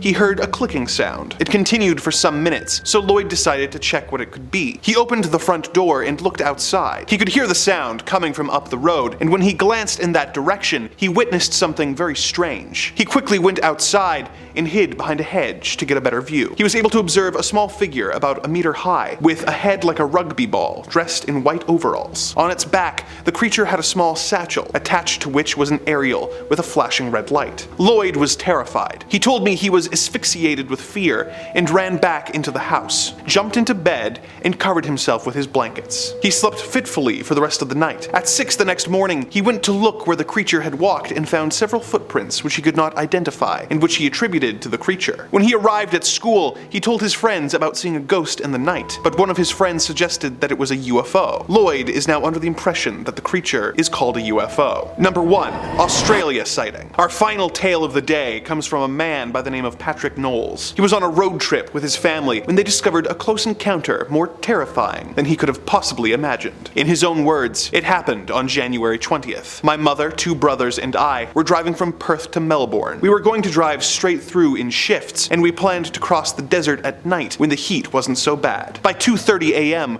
we were in the Nullarbor Plain. We stopped for petrol and switched drivers. Sean was driving, and I was in the front seat next to him. The road was empty. Suddenly, we saw a bright yellow light up ahead, and Sean slowed down. As we got closer, the yellow light seemed to be emanating from an egg-shaped object hovering just above ground level. We thought we might be seeing things, but then a caravan passed, going the other way, and it swerved sharply to avoid the luminous egg. The closer we got to it, the more we realized it wasn't a normal vehicle, or a road signal, or anything like that. Sean swerved to avoid it, and we continued on, leaving it behind. Suddenly, the object started towards us. It appeared to accelerate with tremendous speed. We drove on, and it literally chased us. The faster we went to get away from it, the faster this object went after us. I reckon we reached a speed of 125 miles per hour, but it caught up in a matter of seconds. Then Sean made a sudden U-turn and headed back west in the direction of the petrol station. The UFO also turned around. I don't know how the hell it was flying, because it didn't have any wings or anything like wings. It just kept coming after us. Sean made another fast U-turn, heading back towards Melbourne again, but the UFO turned as well and kept pace with the car. In the back seat, everyone was scared. The dogs started barking and whining. Then, suddenly, we were hit. It shot a beam of light out and punctured our back tire. The back tire was on fire. We started sliding across the road. I realized if we braked, we would have to confront the UFO, but Sean didn't have any choice. Then it landed on the roof of the car and picked the car up. It lit up the car like a microwave. The heat was intense. Our hair was standing straight up, and we felt really funny, like we were being dehydrated. It was awful, frightening, like our brains were being sucked out. My fear was that I would be pulled out of my body. I put my hand out of the window and touched something spongy that burned my hand. I thought we were going to die. You could actually feel the car rising in the air. The car began to fill with a thick black fog. It was so hot, and all this soot, this junk started covering us. Our voices started changing. You know how a tape deck sounds when the batteries start to go flat. That's what it was like. Then I passed out. I came to when I heard a tremendous noise like a bang, and our car suddenly dropped back to Earth. Dawn was coming up. The thing just flew away, and that was the last we saw of it. I had to change the tire, and we tried to clean out the black soot. There were marks on the roof of the car. As soon as we could, we drove fast to the nearest roadhouse. We were too shocked to talk for a while. Then we realized we had lost a couple hours' time during the incident. We called the police. The funny thing was, they were already looking for us. Someone, maybe the people in the caravan we passed, had phoned the police anonymously. Their report states that they witnessed our car being picked up off the road and shaken violently. They noticed the car was covered in black ash. The police inspected our car and noted the ash, the bad smell, and the dents on the roof. They were convinced something had occurred. They took us to the hospital, where we were treated for burns and shock. Number 5. The boys' school sighting. Our first story comes to us from a teacher at a boys' school in India who took some of his young students stargazing one fateful night when they saw something unexpected flying through the sky. As he put it, "My name is Cajon. I'm a teacher at a boys' school in the village of Mayapura, West Bengal. Last week, I saw something that was what you would call a UFO. It was about 8 p.m. I was sitting outside under the stars with some of the boys. I looked up and saw this very bright blue light overhead. It started from there and it was moving very fast. Then, when it came directly overhead, it seemed to slow down and then stop. It had a tail at the back that started small and became bigger, and very clearly there was a solid object in front of that. It was not at all like a star or a satellite, and it was not very high. I was already staring at it when one boy said, "What is that, Pradhu?" And then the other boy said, "What is that? What is that?" We all got up and were looking at it. There were 6 of us, 5 boys and me. My wife was in the kitchen cooking something, and she came out too because we were all shouting. So it was at maybe 1.5 palm trees height from the roof of our hut, which is not very high. It was less than 5 stories above us. We saw it very clearly. Most of them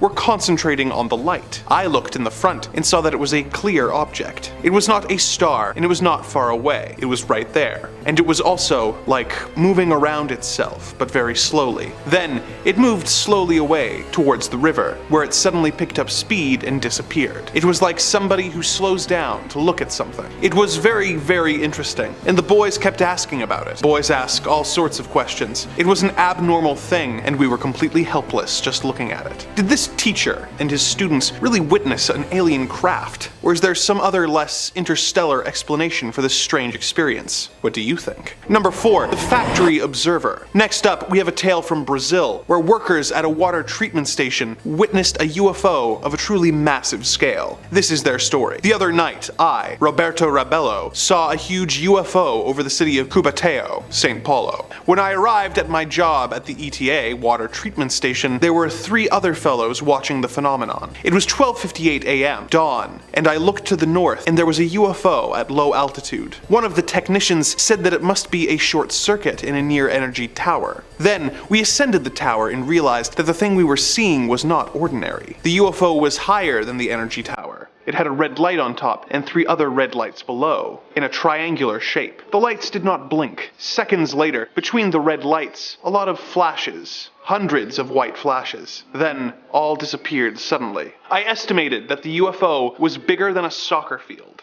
Then, suddenly, once again, the UFO appeared, just like the first time. But this time, when the flashing lights had turned off, from the UFO, another object, like a yellow ball, came out, which flew in the direction of the COSIPA, a food factory. But the big UFO itself was no longer visible. Again, suddenly for the 3rd time, the UFO appeared, and this time we were able to see a shadow behind it, something triangular. Finally, the UFO moved away in the east direction, passing over the factory. The sighting lasted 20 minutes and was seen by 4 of us technicians. Why are UFOs hovering over our water treatment plants and food factories? Is this part of their studies on our species, or are they seeking out our weak points in preparation for a sinister invasion plot? Let us hope we never have to find out. Number 3, UFO stalker. Our next story is from Germany and tells the tale of a man and a woman who were out for a drive when they looked to the sky and saw a strange craft that seemed to take strange interest in them. As the husband told it, it was dark and cloudy, no moon, no stars. When we were driving by car through the village named Fredelschla, when my wife glanced at the sky out of the side window, she saw something dark suddenly covering the sky over our car. I drove the car and watched the road, so I saw nothing at this time. 1 minute later, a big rotating object flew down the hill over the meadow and crossed the road just over our car. We only saw the lights, which were in 2 concentric circles. About 10 in the outer, 7 in the inner. The diameter was about 50 meters. There were no colored lights. All lights were white and as bright as the headlights of a car. The rotation speed was about 1.5 rotations per second, so it wasn't easy to watch a single light. The diameter of one light was about half a meter. The object flew at a height of 10 to 20 meters over the fields to a wood, turned by changing its inclination, just like an airplane or helicopter has to, in order to do a flying curve. It quickly returned back to the road to stop beside our car and fly at the same speed, 100 kilometers per hour. It lifted up, changing its inclination to me so I could see its amazing size. 2 seconds later, it flew over the car to the other side and turned with the same movement to fly over the car again. This repeated 5 or 6 times on our way. Okay, This wasn't all, but should be enough. There was no sound or noise, except the motor of the car. There was no smell. The radio was turned off. The maximum speed of the object was about 400 to 500 kilometers an hour. The observed acceleration 2 to 3 G. I know my speed, 100 kilometers an hour, know the points where the object crossed the road and the distance between these points, and I calculated the rest. It's impossible that this was a projection on the cloudy sky. When I looked out the side window, I couldn't see the sky,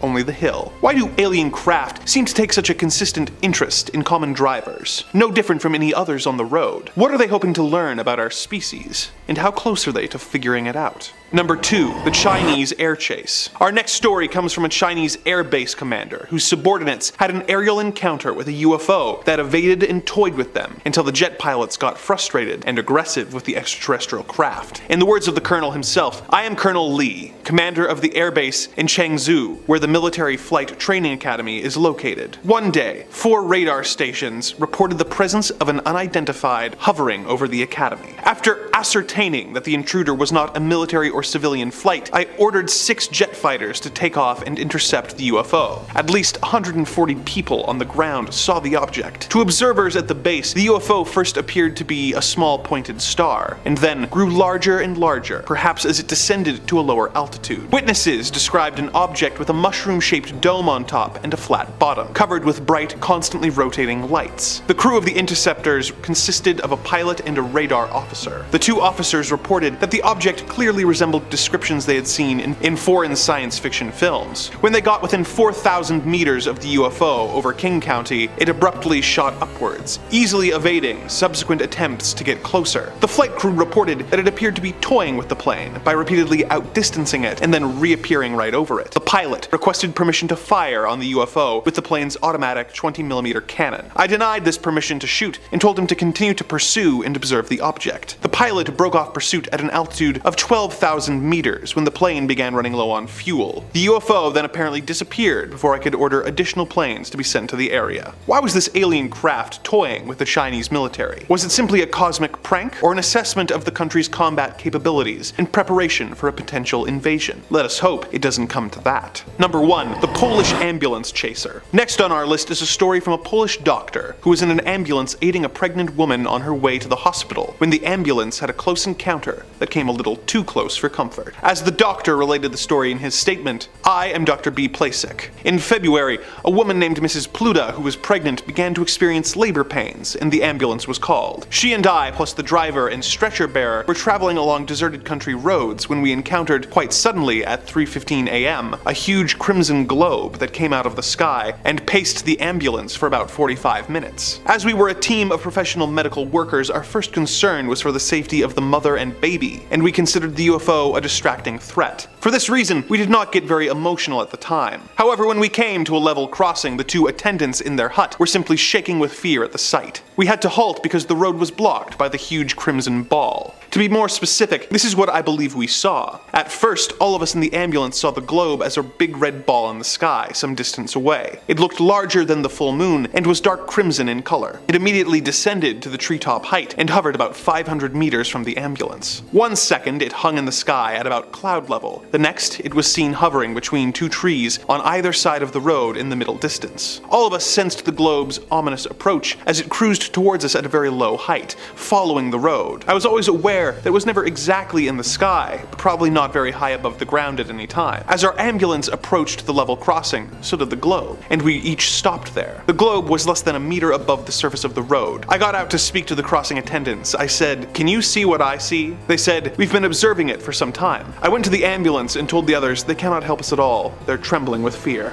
At that point, Mrs. Pluta's labor contractions became more frequent, and we felt it was urgent to get to the hospital immediately. Since our path was blocked, I decided to call the police. I reported that there was an obstacle in the way and asked them to come immediately. What kind of obstacle, they asked. A UFO, I replied. It was now 4:10 a.m., and all we could do was stay there and stare at the UFO. We had plenty of time to observe it in detail. Its surface displayed curved bands and stripes with a multitude of black lines traversing up and down in irregular patterns. These clear-cut markings reminded me of veins inside the human body. The ambulance driver said they looked to him like a huge net. As we watched, parts of the surface changed color. There appeared to be orange-yellow patches on the deep crimson background. Then, the globe dropped to only about 10 centimeters above the road, constantly changing colors, pulsating, but always with dull, muted tones. Suddenly, it gave off a strong white light that was so bright it reflected on the surface of the road. Out of sheer exasperation, our driver flashed his headlights at it twice. Immediately, inexplicably, it simply vanished. It was 4:15 a.m. At 6:10 a.m., Mrs. Pluta gave birth to a daughter in the hospital. A careful examination of the whole area in daylight revealed nothing. Why was this strange glowing orb showing such an interest in the ambulance? Was it simply the bright flashing lights on the ambulance roof that caught its attention? Or were they aware of the pregnant woman inside and wanted to learn more about how humans are born? We will never know for sure. Number 5. El Cajon, California. Our first clip today comes from the beautiful Californian city of El Cajon. Let's take a look at something strange that was spotted in the sky that's got the locals talking. This clip was captured and posted to Reddit by user Exporius. Oh, Exporius, that's fun to say. Say that at home if you haven't yet. Let's take a look at the clip first. Pretty interesting stuff, huh? Definitely something that makes you want to take another glimpse. When it was posted to Reddit, Exporius sounded off in the comments and offered a little bit of context as to what was going on. Here it is. 3 black spheres appeared overhead my apartment complex in the afternoon in El Cajon, California. The objects were unlike balloons, rotating around each other and seemingly unaffected by the wind. My partner, who you can hear talking in the background about UFOs, agrees that the shapes were moving in an odd formation relative to the wind. They were also flickering in the sky, disappearing in and out of visibility, not at all like the metallic reflection of a Mylar balloon. The objects disappeared shortly after my girlfriend made me stop filming to go inside. Suddenly, the spheres whipped around about 90 degrees and vanished. Oh, his girlfriend made him stop filming to go inside. Imagine we had the perfect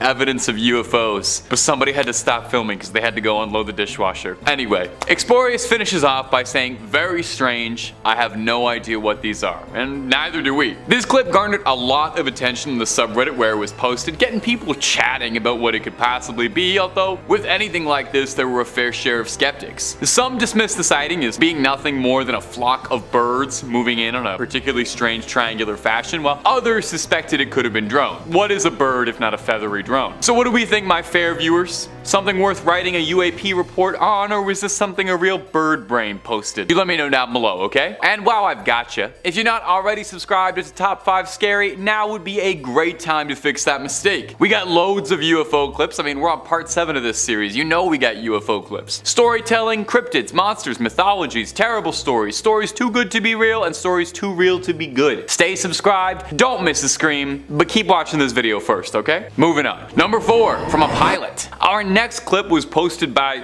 the History Channel, of all places. I guess technically if a UFO did appear to us, that would be like a pretty big part of history, right? Still, it's funny to me that that's where I'm getting my UFO clips these days.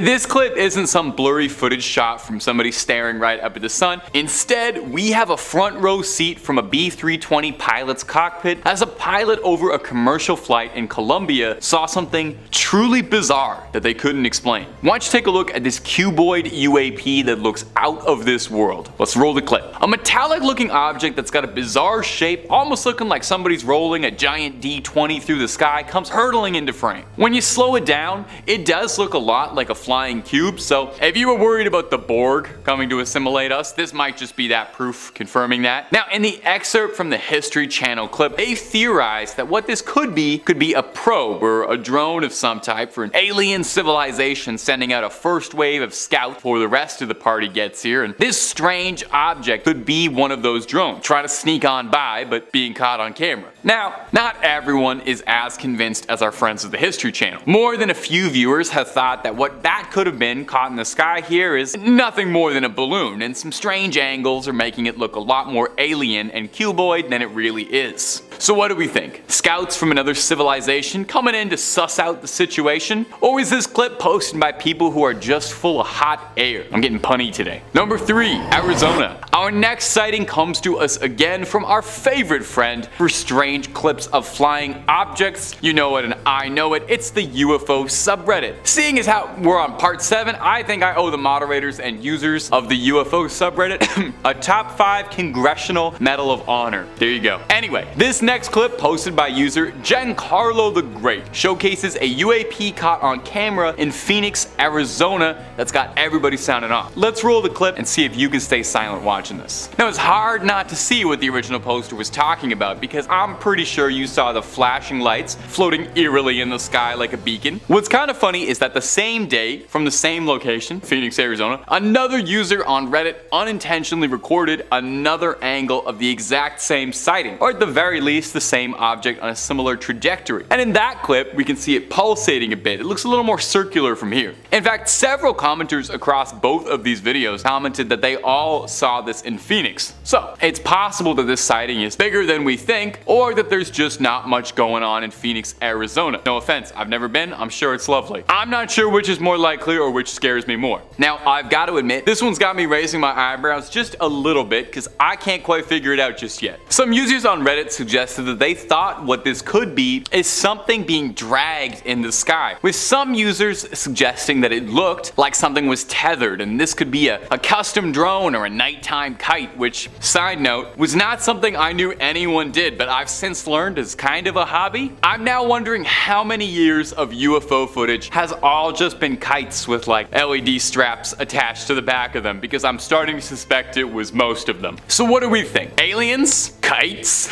Either is possible, really. Number 2, Metapod. Our next clip comes to us from Instagram with the pretty funny caption, "Metapod strikes again." You'll see what I mean in a moment. But I will say, this is basic stuff. Everybody knows Metapod can only use hardened. 0 out of 10. Go back.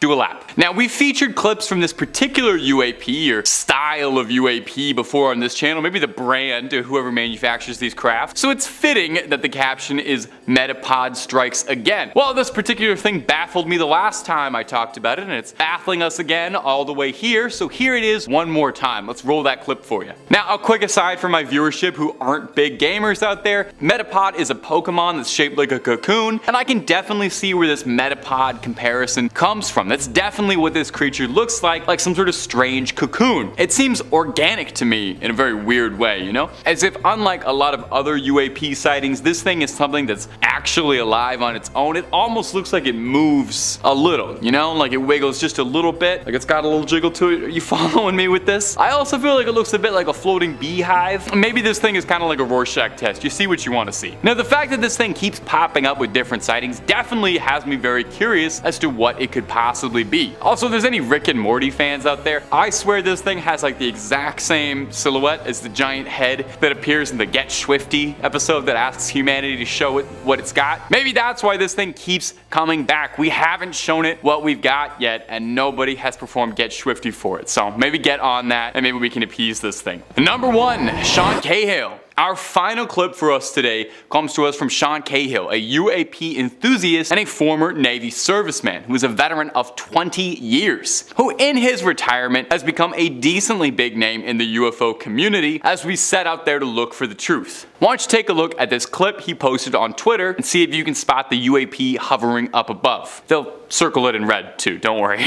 Now we get a beautiful look at a mountain range, looks like a Windows XP background, and something very strange floating slowly moving across the horizon. Something flat looking like a disc, looking like a real classic flying saucer looking thing straight out of the movies. Now, at first glance, it's definitely got my attention because it's not often you get UAP clips that are this broad in daylight and this clear in view. I'm used to somebody shaking it around like they put their phone in the drying machine. Now, as always with stuff like this, I like to call attention to the more skeptical side of things because I think that gives us an air of credibility. More than a few people on Reddit suggested that this really could be something as uninteresting as just a plane moving slowly through the horizon, and looking at something like a short takeoff and landing private plane, it definitely seems like it would be very easy to make that mistake, but I personally want to believe that a 20-year Navy vet would know what a civilian plane would look like. So as always, my ghouls and goblins, I'm tossing this one over to you. My gang in the comments, what do we think? Could this be an alien presence caught on camera, or is this just a plain hoax? Plain, like plain, that's a little pun for you. That one's just for the scholars. You're gonna get that on the car ride home. Number 5, Kansas City. Our first video today is going to be this clip posted to Reddit from user Oh Wow Much Fun You Guys, which coincidentally is exactly how I feel making these videos for you. It was appropriately titled Weird Flying Object on Security, which is very good. I like when a title doesn't leave room for guesswork. Let's roll the clip.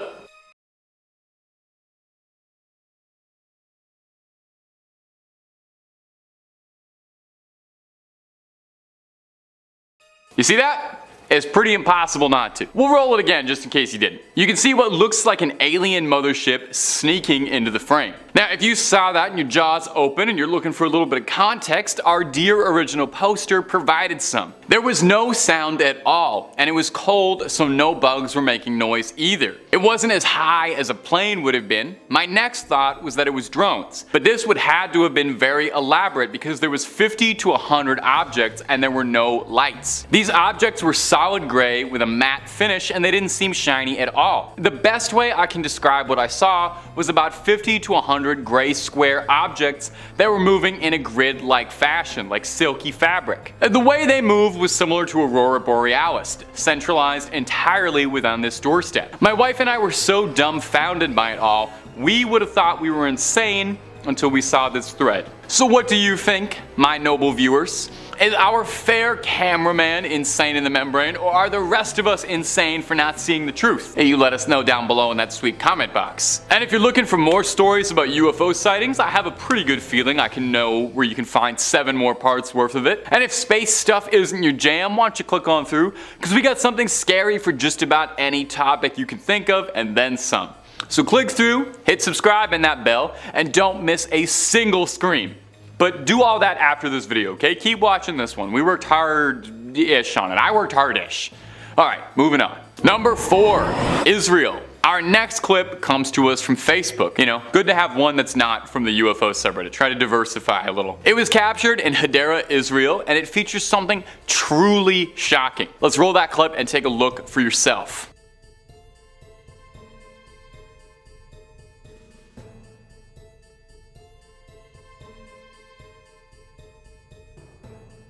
You see it? It was kind of hard not to. Up in the sky, we could see something that does not look like it came from this world, even remotely. Looking like some beam of energy floating across the night sky. In fact, I'll be honest, it doesn't look much like a spacecraft to me. As far as unidentified aerial phenomena go, this thing is definitely living up to its name since it's up in the air and I have genuinely no idea what's going on here, and I like to think that I know a thing or two about UFOs at this point. I've watched 35 hours worth of clips of them. Some commenters on the clip suggested that maybe this intense pattern of lights could be something on a building, like a neon advertisement for like a casino or something, which I suppose could make sense, but I don't know many billboards that advertise with crazy cool patterns like this. Looks more like a flux capacitor than anything else. I don't really think it's an alien ship either though. I gotta be honest, I really have no idea what this is, totally stumped. Could this be a sign of another life, something more powerful than we could possibly understand, manifesting itself in the sky? You know, is this a thunder god kind of deal? Is there a simple explanation for what's causing all of this? Is it just CGI? You let me know what you think about this one sincerely while I keep studying this clip over and over again, just hopelessly confused, hoping desperately to get a new piece of information here. Number 3, Montreal. Our next video comes to us from a truck driver from Montreal, which is maybe why I'm including this video out of a sense of some national pride. The clip was posted to Reddit really without much context. The only thing provided is that our sweet driver swears that whatever it was they saw, they were absolutely certain it's not a kite or a balloon, which was going to be my first 2 guesses, so cross them off. Let's roll the clip and see if you agree.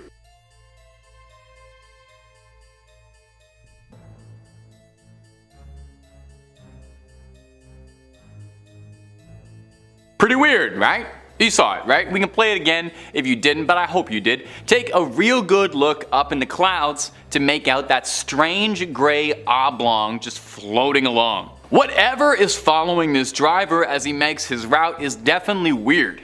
It's got no flashing lights or no quick dashes to hyperspeed, but it's not really got the silhouette of an aerial vehicle. It doesn't look like a plane or a drone or anything. At first glance, it does make some sense why you might think it's a balloon. Definitely a lot of people on Reddit thought it might have been a balloon. There were also several Redditors who, when the clip was posted, argued that this was a border patrol blimp, which I had never seen one before. So if you're seeing one for the first time as well, let me introduce one of the silliest shapes we've ever put inside the sky.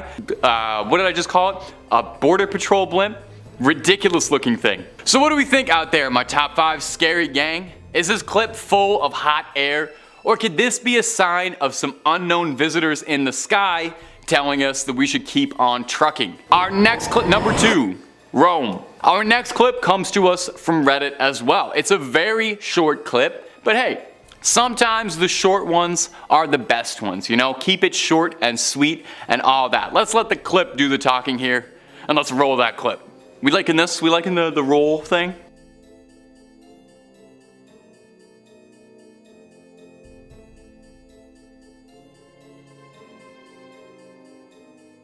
Did you see it? Of course you did. I don't even know why I'm asking. This one is clear as day. There's nothing else in the sky except for the flashing alien lights that are distracting your eyes from looking at anything else. These lights are definitely intimidating, you know? It kind of looks like the Predator is out there watching and hunting this train. Those little like laser sight things look exactly like the laser sights on his little shoulder cannon. Now what I think is interesting is we've seen a couple of these sightings like these on this specific series. Go back and watch the other old 7, which is making me wonder if there's an explanation somewhere out to be found for these triangular patterns of flashing lights to explain why they keep coming up with such regularity.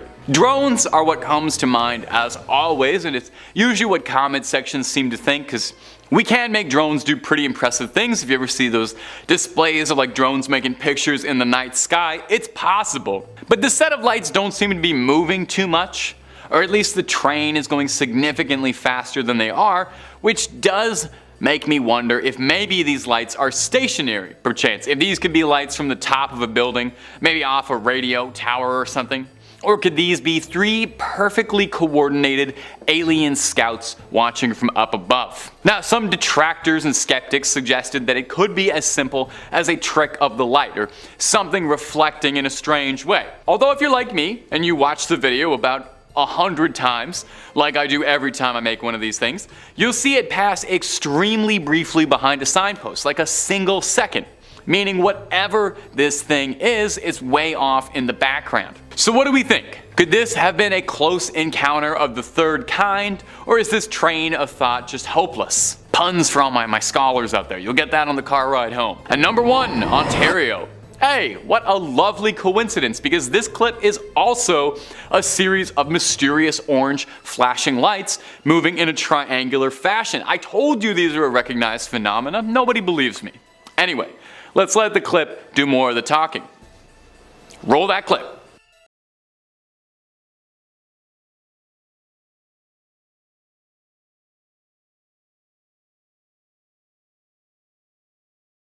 Did you see it?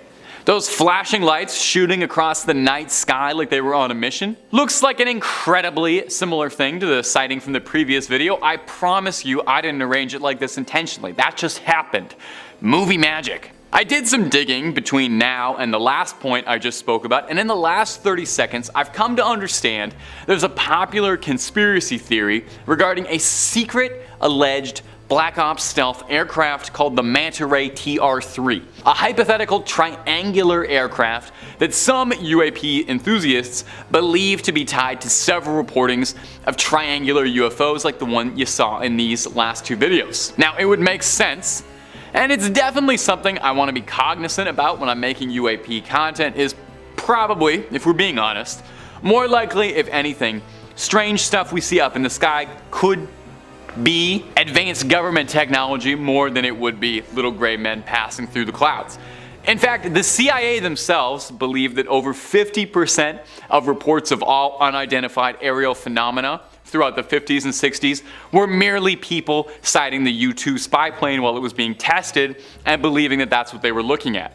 But you know, if you're watching part 8 of this series and you're still believing what the CIA tells you, I can't help you. But is that what's happening here? Are we just seeing spy crafts up above? It does beg the small question, why would a spy craft whose aim is to literally fly under the radar unnoticed have glowing lights giving away its presence? But I don't know. I don't design secret spy planes. I just talk about glowing lights in the sky at great lengths. Number 5, Bonita Springs, Florida. Our first clip today is going to be coming to us from the UFO subreddit, because really, where else? The UFO subreddit is doing more to get alien content out in the open than any world government is willing to, so if they're not gonna do it, we gotta let the guys online pick up the slack. This clip was posted to us from user Marcus1640, who had this to say. Well, let's roll the clip though first, I think.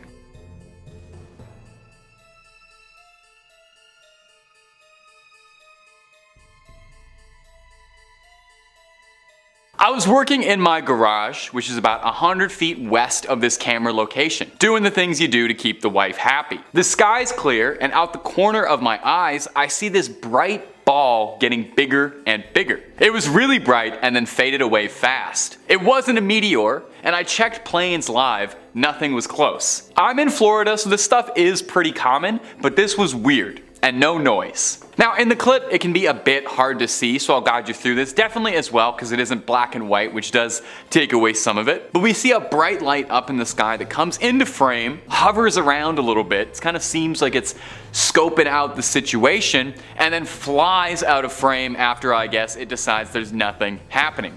Now OP said that the ball of light when he saw it come into frame was this shining, radiant orange, impressively bright in the night sky.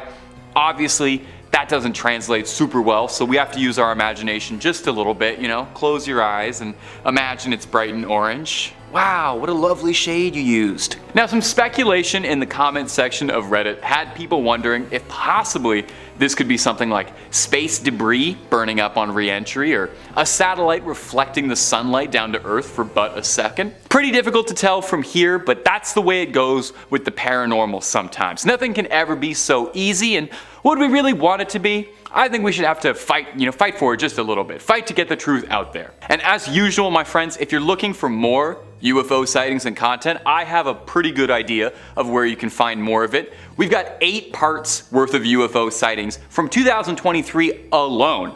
If you haven't clicked on through yet, you gotta catch up. And if UFO videos aren't your jam and you clicked on this out of accident, we've got loads more scary content for you, ranging from the macabre and mysterious to the outright horrific and hard to believe. Click on through and find something to scream at, and subscribe and help us out.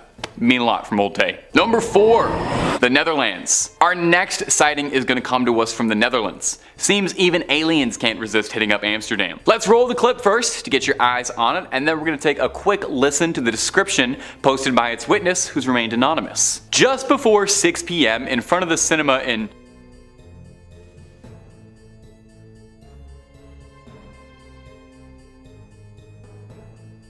Scheveningen? There's no way I'm pronouncing that right. I noticed this object. While viewing this object, it almost did not move at all. In the entire 20 minutes I was there, the object floated very slowly once to the left and right, and then twice up and down. The shape remained exactly the same throughout. The size remained the same regardless of whether or not this object moved up, down, left, or to the right, and there were no lights to be seen on it. Everything was completely black, and it looked like there was a smudge in the sky. In terms of height, this is unfortunately impossible for me to estimate. But there were several people who, like me, took photos and videos. The object was visible for about 20 minutes. Now the video we've included was pretty short. In fact, those 10 seconds were all that was in that video anyway. But when that video was posted to Reddit, it was corroborated by a few other sources who had all seen the same thing and posted similar videos. Meaning, this isn't some CGI trick, or if it is, a lot of people are in on this conspiracy. So what do we think this could possibly be? The usual suspect of it being a strange blimp or a balloon is always a possibility, and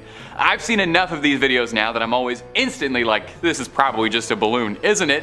But it's still very, very weird. So let me know down below what you think. I love hearing from you guys about what you think on all this. Number 3, Phoenix, Arizona. This next clip was first posted to TikTok, but since being posted there has been making the rounds across the web since it's got UAP enthusiasts like yours truly peering their eyes open and gluing them to the screen. Let's take a look and you all tell me what you think, okay?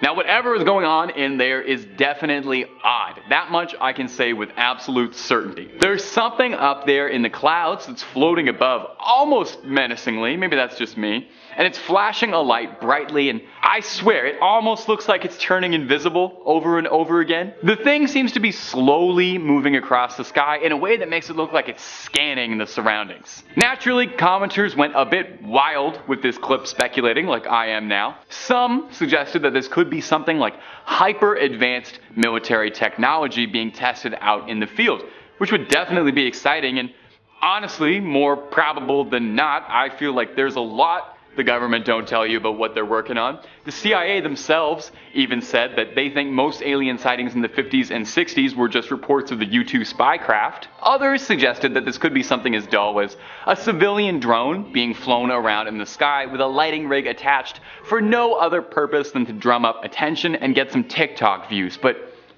do you really think someone would do that? Someone would go on the internet and just lie for attention? I don't know. Meanwhile, more than a few people on the original TikTok were very convinced that this was a proper UAP alien sighting and could have been an alien visitor caught on tape. Comment section, I'm going to toss this one over to you as always. Me, personally, I'm a little inclined to believe this might be a boring one. This could just be a drone. Just because I'm not so sure that our alien visitors would give themselves away so easily by attaching lights to their crafts and letting themselves get identified so easily, but maybe that's what they want us to think. So I'm curious what you all think it could be. Number 2, Scotland. This next clip is going to be coming to us from Scotland. I like when we have UFOs all across the globe, you know? It makes it seem like we're all in this together. It was originally posted on the UFO subreddit as well. I'll roll an excerpt of the clip and then I'll walk you through the context that the user provided additionally with it. Let's roll it.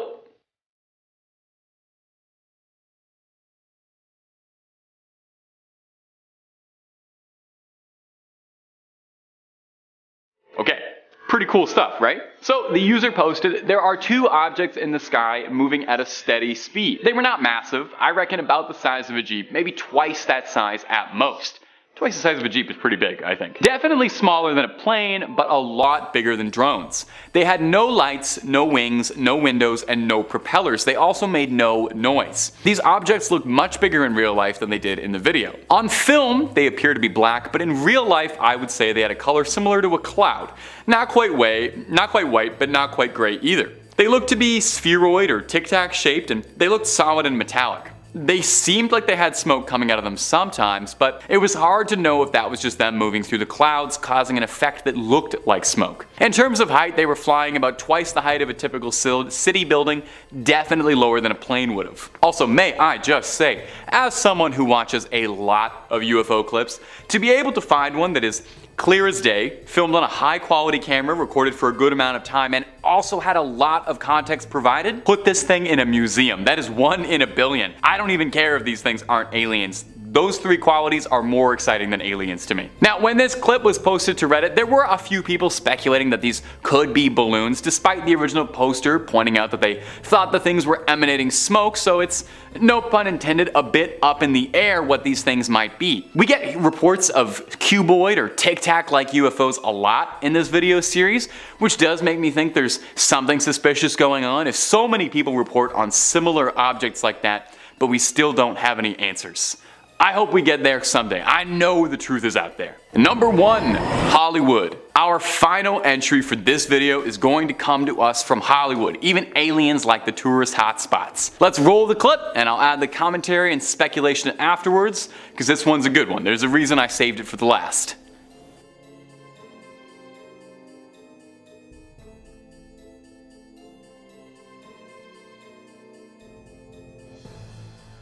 Now, the original poster and uploader stated, "We noticed this huge object in the sky just sitting there by the Hard Rock Casino in Hollywood, Florida." Whoa, whoa, whoa, whoa, stop the track, stop the video. Are there 2 Hollywoods? I'm a Canadian, so I don't know these things. Is Florida in LA? You guys have to fix that for me. Okay, moving back. Anyway, the object blurred itself out when we started recording it. It was huge. It didn't do much, but it just sort of sat there and blurred itself out. I have tried to Google to find out what it was, but I'm coming up with nothing. It was my husband, my 2 kids, and I who witnessed this together. Now, I gotta admit, this is one of the most compelling bits of UFO evidence I have seen in a minute. Not to throw the other 4 clips under the bus, they're all very lovely in their own way, and I hold them all in my heart dearly, but this one, oh baby, this is the golden ticket. I'm sure there might be a reasonable explanation for it, but on first glance, this thing looks like the definitive flying saucer. Like if you close your eyes and imagine a flying saucer, you start imagining this. It even looks like if you're watching this thing with eagle eyes that the saucer at one point cloaks, and the original poster mentions that it was blurring itself out when they started recording. Very interesting to me. That would explain a lot over the years if aliens have been specifically constructing their crafts to blur them out from being recorded by cell phones. I mean, imagine aliens keep coming to Earth just for like vacation, and they're getting so annoyed that they're trying to just have some fun, be tourists, and people cannot stop taking photos of them, so they're blurring out their crafts. Number 5, falling from the sky. Coming up first today is going to be this wild footage that was posted to TikTok quite recently. It might have flown under the radar, but now it's blowing up, and if you're into the supernatural and the unexplained, maybe you've seen it on your front page already in between videos of cats falling over. It was posted by user PMESASSO, and it showcases a truly bizarre encounter, and possibly a close encounter of the first kind. In this video, we can see something falling from the sky. Now, it's difficult to make out entirely what it is, but it looks more technological than not. It's not a bird. Looks a bit like it's a falling craft or a drone of some kind that's been shot down. Do you remember that week or two in February where every day a mysterious unknown craft would get shot down, and then the government would refuse to explain or comment on what would happen? Remember how that happened and now we've all just moved on from it? I'm still thinking about it. Anyway, after that craft seemingly descends to the ground below, we see in the sky that a bunch of military fighter jets seem to be in hot pursuit of it, which definitely makes me pretty suspicious if there's fighter jets not even a minute behind a strange, unidentified craft. Now, there are some doubters in the comments who aren't as convinced. Some say the crafts are therefore an air show, and the thing falling from the sky part of it as well. Of course, did they consider maybe the aliens were the one putting on an air show and the government didn't want to be upstaged and that's why they sent a craft over? If I know anything about the US military, it's that they don't like being second best at anything. And if you want to watch a place that's the #1 best at something, it's top 5 scary, and it's scary videos we've got. If you can think it up, we've got a video or 2 on it. I mean it. Megalodons, ghosts, ghouls, goblins, aliens, conspiracy theories, horror movies, basically anything freaky under the sun or above it, we got 2 or 3 videos on. So hit subscribe, make sure you hit that little bell so you don't miss a single thing, but if you'd be so kind, do that at the end of this video, because I got 4 more mysterious orbs and UFOs coming up for you right now. Number 4, Arizona's mysterious orb. Coming up next today on our list of strange sightings in the sky is this mysterious footage of an orb-like sphere bouncing around through the clouds. This clip was uploaded and posted to the UFO subreddit a few days ago, where it blew up almost immediately. Posted by user Amphion, and shout out UFO subreddit, making my job so much easier every day. The clip is a snippet from a local news station in Arizona reporting on a series of wildfires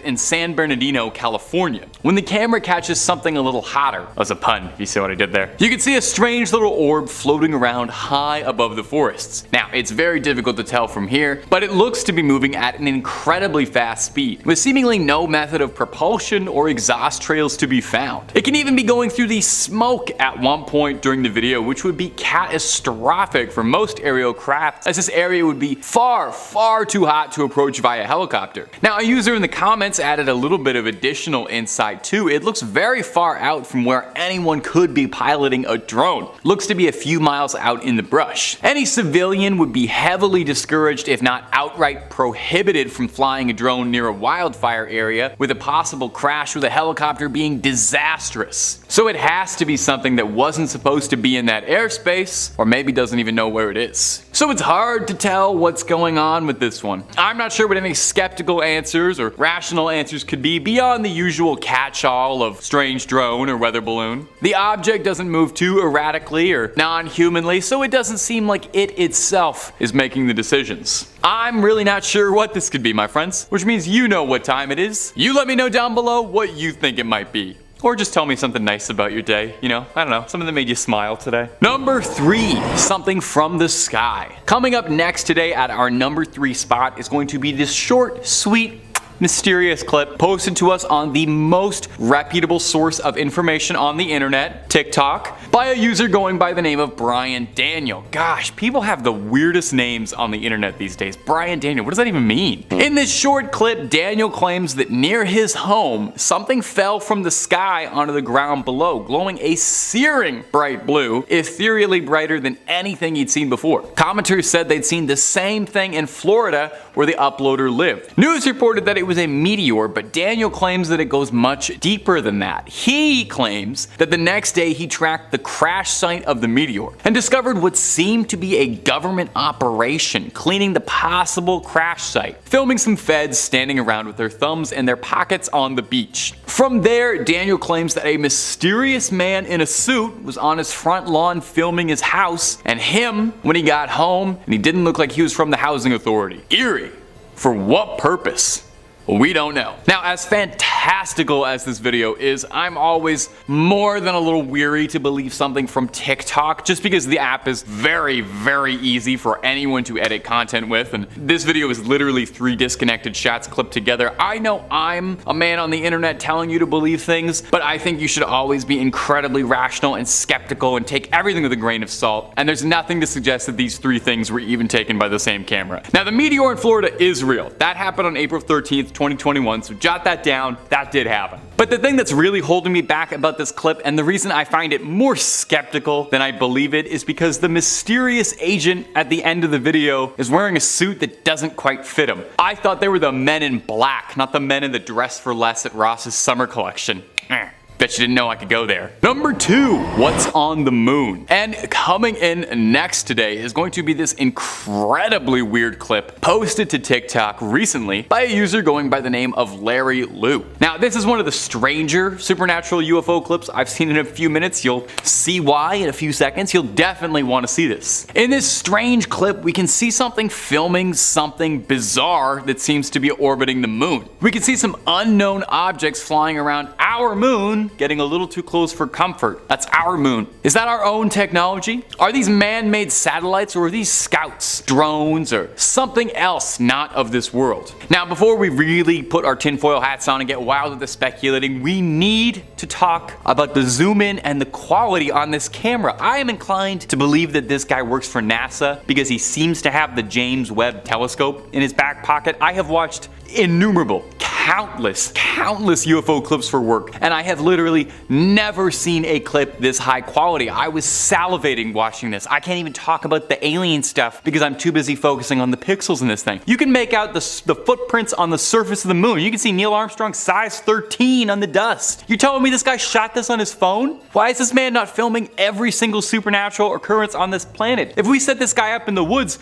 we would have Bigfoot, Mothman, the Loch Ness, all that proven, disproven within an afternoon. I need to take 5. I need a drink. Okay, I'm good. Back to the original video. Most people in the comments were like me, solely focusing on the incredible lens on this user's iPhone. A few people suggested that that could be the American flag from the surface of the moon. I find that a bit unlikely, but I don't know enough about moons to disprove that. So what could it be? Let me know down below in the comments, or hey, feel free to just continue to comment on how impressive the camera zoom is. What is he working with there? What am I working with? I don't know. Number 1, crop circles. I didn't need to say it like that. Coming up last on our list of UFO sightings we just can't wrap our noggins around is this footage that was taken in 1989. Now, I know the title says 2023, but if you really squint, 1989, 2023, I don't know, they look exactly the same to me. It might be a vintage, but that just means the high strangeness has been aged to perfection. Don't dismiss it till you get your eyes on it. It looks like an excerpt of a documentary about aliens and UFOs of some kind, sort of like what you're watching now, but bet the guy hosting this isn't even half as charming.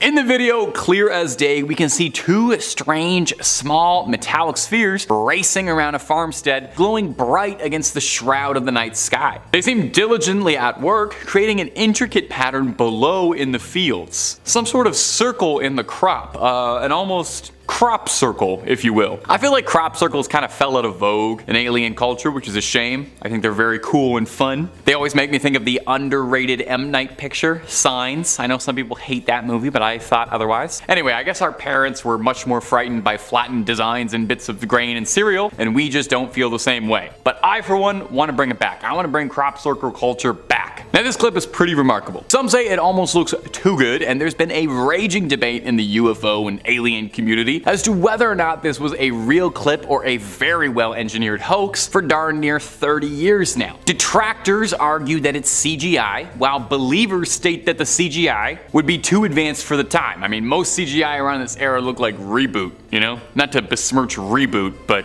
come on. Well, we probably won't find the answer today to whether or not it's a hoax or not, because only you can truly decide that, okay? The truth is out there for you. Just like only you can decide if M. Night Shyamalan is a misunderstood auteur or a total hack. We're just not going to talk about the Avatar movies. Number 5, the USS Omaha. Coming up first today on our list of unexplained UFO sightings on camera is going to be this wild footage taken off the coast of San Diego from on board the Navy ship USS Omaha. The video footage was shot on an FLIR camera, which is an incredibly expensive, fancy bit of tech. It's a thermal camera to detect heat. It's perfect for this sort of thing, and if you want one for yourself, civilians can buy these cameras. They cost $300,000. That's about 1 month's rent in Toronto. Very fair. In the footage, we can see what looks to be a sphere-like object flying over the ship before entering the water. The Omaha claimed that for days before this incident was recorded, they were seeing drone-like objects flying around their ship that the crew had no knowledge of. This footage was taken from a crew member trying to ascertain what it was that they were dealing with. Now, there is some audio on the clip, and it's illuminating. When the object goes into the water, we hear the sailors say mark, bearing, and range, meaning that the sailors on the ship were making a note of the coordinates and location where it went in, suggesting that maybe a submarine was sent in to recover or discover whatever was going on in there. Did it even submerge in the water, or does it seem a bit too like the craft outright disappears going into the water? I wish so bad we could get some more angles on this, or a follow-up to be able to find out what this was. Until then, we just have this strange footage to go off of and what speculation we have at home. There's a wild conspiracy theory that I just found out recently and I love, and we'll mention it a few times in this video, about a secret UFO construction facility under the water. Maybe this drone was heading on home. Who knows? And if you're looking for way more conspiracy theories about really anything, aliens, Bigfoot, JFK, you name it, we got all of that and then some on Top 5 Scary. We really have a video on just about anything and everything you can think of that's freaky and eeky. So hit subscribe, make sure you hit that little bell so you don't miss a scream, but if you wouldn't mind, do that at the end of this video, because I got 4 more stories of UFO sightings coming up for you right now. Whew, number 4. Our next clip comes to us from the UFO subreddit, and it was posted by user The Firo, saying, "This video was taken by a good friend of mine on a flight to El Paso, and as soon as it gets noticed, it's gone." In the video, we can see we're in the passenger seat of a jet, high above the ground. And flying around the windows is an unexplained object zipping around at high speeds. Saucer-like object, looking a bit like maybe it was a frisbee that got tossed into the air by Godzilla. Now, it does definitely look like a classic flying saucer, like what you imagine a UFO to be, but not as many people were convinced. More than a few people in the comments section for this one were a little skeptical of this high-flying footage. Several commenters suggested that this flying saucer is actually little more than a reflection of something from inside the plane's cabin, suggesting that if you pause enough and look right in the video, you can see the object's reflection being repeated in the window pane. Now, there are just as many people suggesting that it is a solid object existing outside the plane. The trouble is, we've been given very limited footage and it's hard to tell, and there was no follow-up by the original poster to provide any more details, so we only have this little excerpt that we've been given. Whenever there's a scenario like this, I do like to leave it up to you, my faithful YouTube comment audience. What do you think? Is this a flying saucer soaring above the clouds or just a reflection of some light? I could honestly go either way with this one. I will say it could easily be explainable as a reflection, but I also feel like the object has a certain weight to it. I don't know, I'm directly in the middle for this one. I'm a centrist on this video. It should have been the number 3 point, but it wasn't. Anyway, jury's out. Please let me know what you think of this.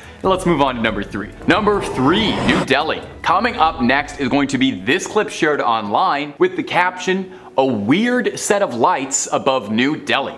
Take a look-see. So in the clip, pretty clearly we can see, yeah, there's some strange lights going on in the night sky above New Delhi. There's a scattering of lights above the city's horizon. Now, immediately your first thought might be that it's drones, which is a reasonable assumption when it comes to UFO stuff. I feel like several videos that come out of little glowing lights dashing across the night sky usually end up being civilian drones. However, the original poster clarified that drones are illegal in India and aren't widespread at all for civilians. And on top of that, the area that's being filmed is said to be in the slums, where it's incredibly unlikely that anyone would have access to drones. The poster added this little bit of context with the video. I saw this today around 8 p.m. in New Delhi with a friend. It was massive. This cannot be a building, as there is no tall building in that direction, only slums with heights of about 4 to 5 floors, yet this building looked as tall as the Burj Khalifa. There was a moderate wind going on, and I thought, if it's drones, why aren't they swaying? Not to forget, drones are illegal in India and especially in New Delhi. It looked massive in the sky. I wish the camera saw what my eyes could see. It could absolutely blow me away. I've been to drone shows, but this looked nothing like it. Any idea what this could be? Also, I agree. I wish our cameras did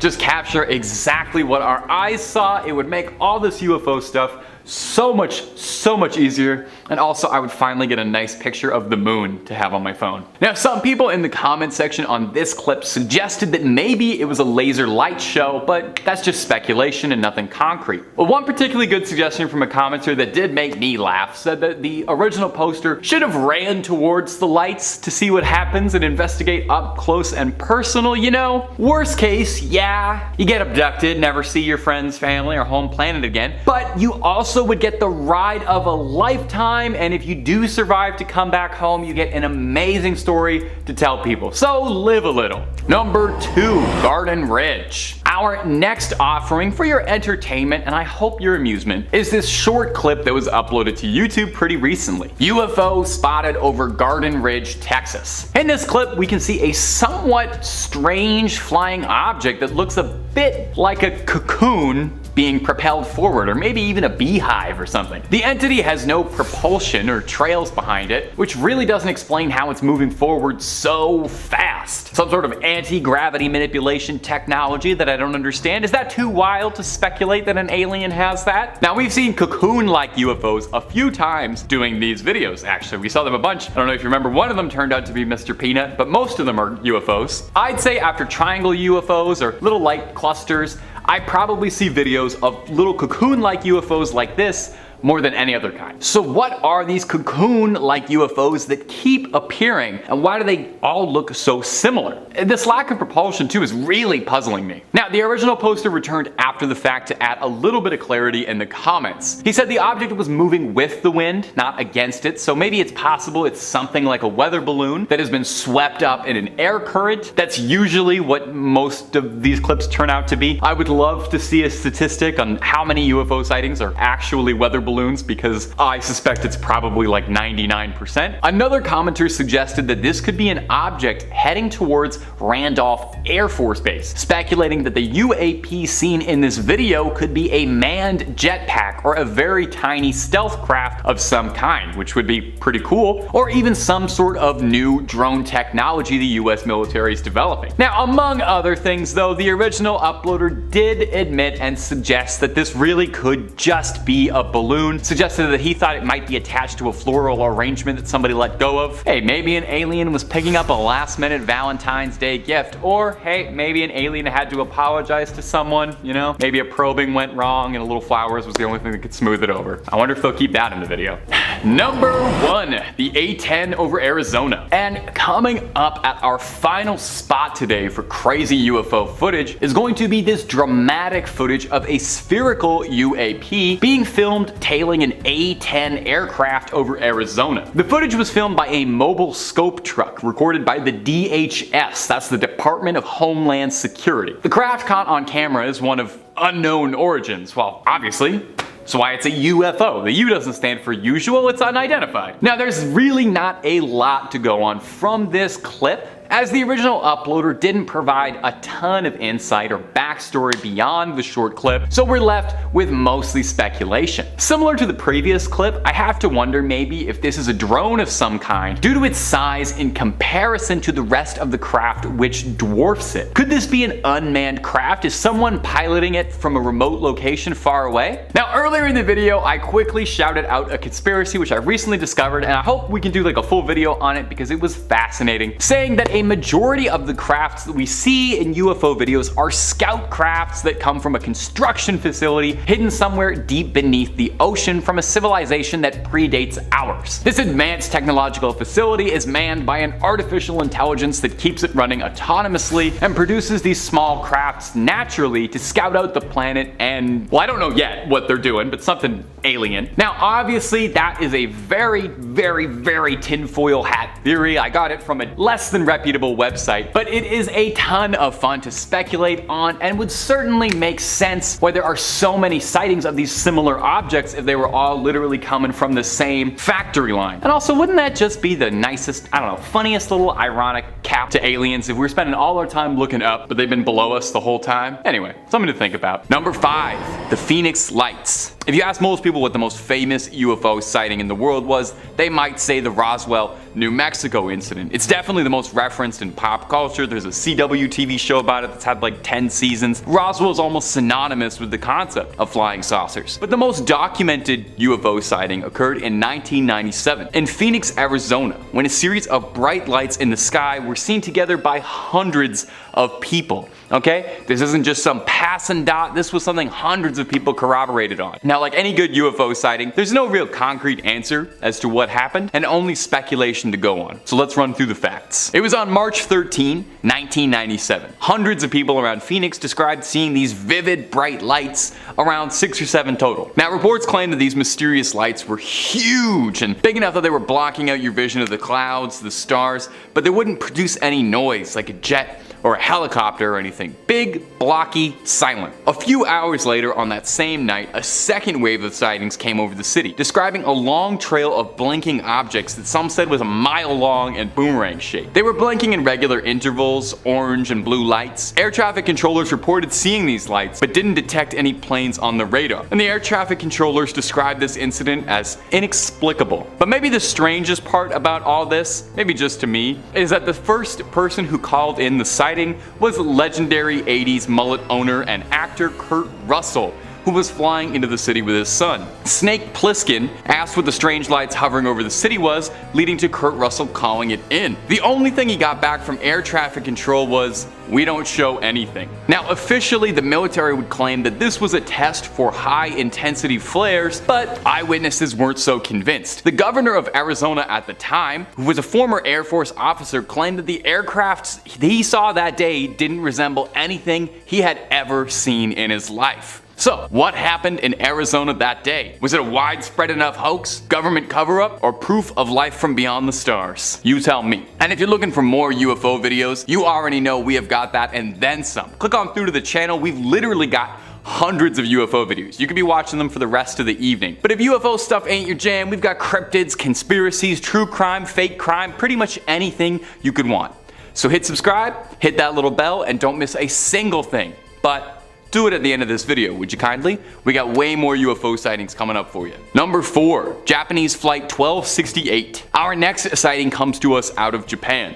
Well, the skies of Japan. It's a video about flying objects after all. It was in November of 1986 when a pilot on a cargo flight thought that he made a close encounter of the third kind. When Captain Kenju Terauchi and a skeleton crew were flying a cargo delivery of some fancy bougie French wines into Japan, when Captain Terauchi claims he saw shining bright lights surrounding both wings of the plane. Now initially Terauchi said at the time he thought that this was just US flown fighter jets patrolling around the border of the Soviet Union, but when he got a decent look at the craft, he realized these weren't friends of Uncle Sam. He said, "Two spaceships stopped in front of our face, shooting off bright lights." He continued saying, "The inside of the cockpit shined brightly, and I felt warm in the face." These aircraft in particular were described as being cuboid, I guess they're Borg ships, with jet propulsion systems clustered around a dark center. At the same time that these unidentified objects were soaring by the plane, these objects seemed like they were jamming the plane's communications in some way, as Terauchi and the crew couldn't contact ground control at all during the sighting, as if there was some electromagnetic field. The rest of the crew, however, wasn't quite as convinced by this strange encounter, with the co-pilot and flight engineer believing that the objects they saw were not but strange lights,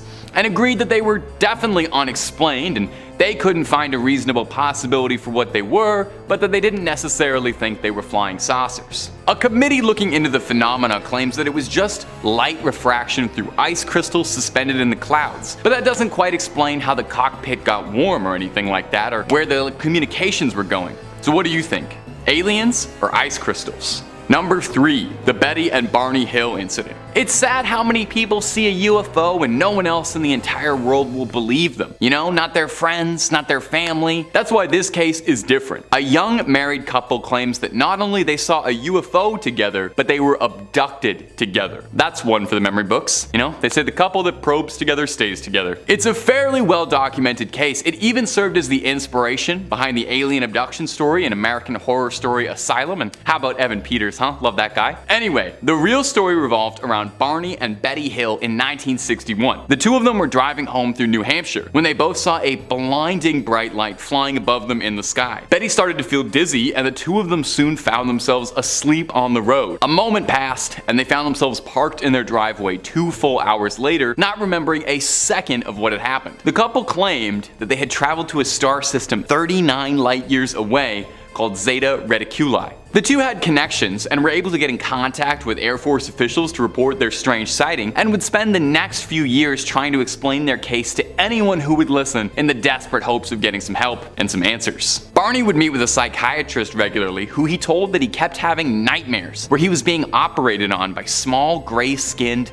slanted-eyed creatures that would take samples of his skin, his fingernails, his flesh to do with he did not know. So the psychiatrist had him undergo hypnosis therapy, his wife as well, hoping perhaps that something repressed could be unearthed, and maybe they should have left it alone, because what they found was terrifying. When going under hypnosis and waking back up, Betty was able to draw a scientifically accurate map of the star system from memory, creating a map that was nearly spot on to the real Zeta Reticuli. This incident inspired the Air Force to launch Project Blue Book to collect more stories of UFO abductions like this. Number 2. Kenneth Arnold. If you've ever wondered why flying saucers became the default term for UFOs as opposed to something like flying cigars or flying triangles, it has a very large part to do with this next story, which was one of the first big mainstream sightings of a UFO in 1947. Now interestingly, possibly coincidentally, possibly not, this incident occurred only a few weeks before the infamous Roswell, New Mexico incident, so UFO fever was just on the brain around 1947. This happened to Kenneth Arnold, a clean-cut all-American aviator. He was flying a small private plane over Washington around Mount Rainier on a scavenger hunt of sorts for the wreckage of a downed plane,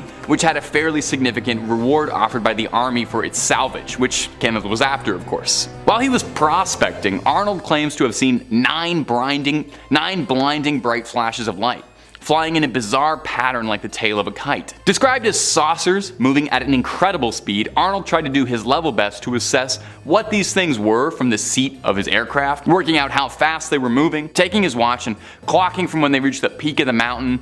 He worked out that they were going about 1,700 miles per hour, which is pretty darn fast considering in 1947 humans had just broken the sound barrier at 700 miles per hour, and that was an unbelievable leap in technology. Whatever it was Kenneth saw, it was something far more advanced than anything he'd ever seen on Earth. When he'd landed, he told the crew at the airport about everything that he'd seen, suggesting that he'd seen missiles or maybe some experimental new tech. For weeks after, Arnold would become a media darling, being interviewed by several reporters, all hoping to get the big scoop on this. Part of what made this such a defining UFO story for the American people was how earnest Arnold was about his story. He was an honest man who provided straightforward facts, experience with aviation, a mathematical and rational approach to all of this, and very little in the way of wild speculation. Which is a shame, because I love wild speculation. Let's do a little more wild speculating with our last point. Number 1, the Betty Cash incident. In December 29, 1980, Betty Cash would see something on the outskirts of Houston near Dayton that would change the course of her life forever. She was driving with her friend, Vicki Landrum, and Landrum's grandson. At around 9 p.m., the three of them noticed a blinding bright light in the sky. Landrum believed it to be the second coming of Jesus, whereas Betty Cash described it like this. We didn't know what it was, but we knew that it was something lighting up the sky. We all began to feel this heat, and all of a sudden Vicki screamed for me to stop. And when I stopped, she went forward, and her handprint was embedded into the dashboard of the car. And I thought, well, I've got to see what this is. So I got out, I walked towards the front of the car, and I stood there looking up to try and figure out what this object was, and then a diamond-shaped object appeared with flames shooting out. The heat was tremendous. When I reached for the door handle, it was so hot I couldn't even begin to open it. The only thing I was thinking while all this was happening was, are we going to make it out of this alive?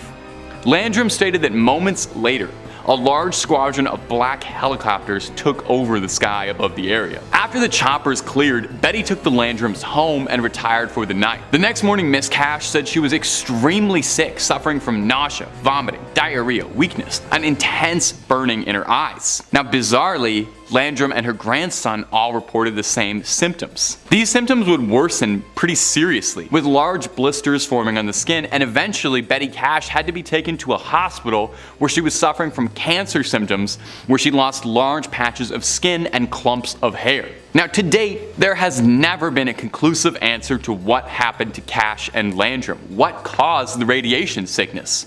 Was it the military testing new technology? Was it a craft from another world? There are so few answers and so many questions. So you let me know what you think about these crazy cases. Starting off this list in our number 5 spot, we have Project Grudge Report 13. Okay, so I've read quite a few different UFO sighting stories and stories of alleged alien abductions, and this is fully one of the most terrifying that I have ever heard of. So basically, the story starts off in March of 1956 when Air Force Sergeant Jonathan P. Lovett was assisting Major William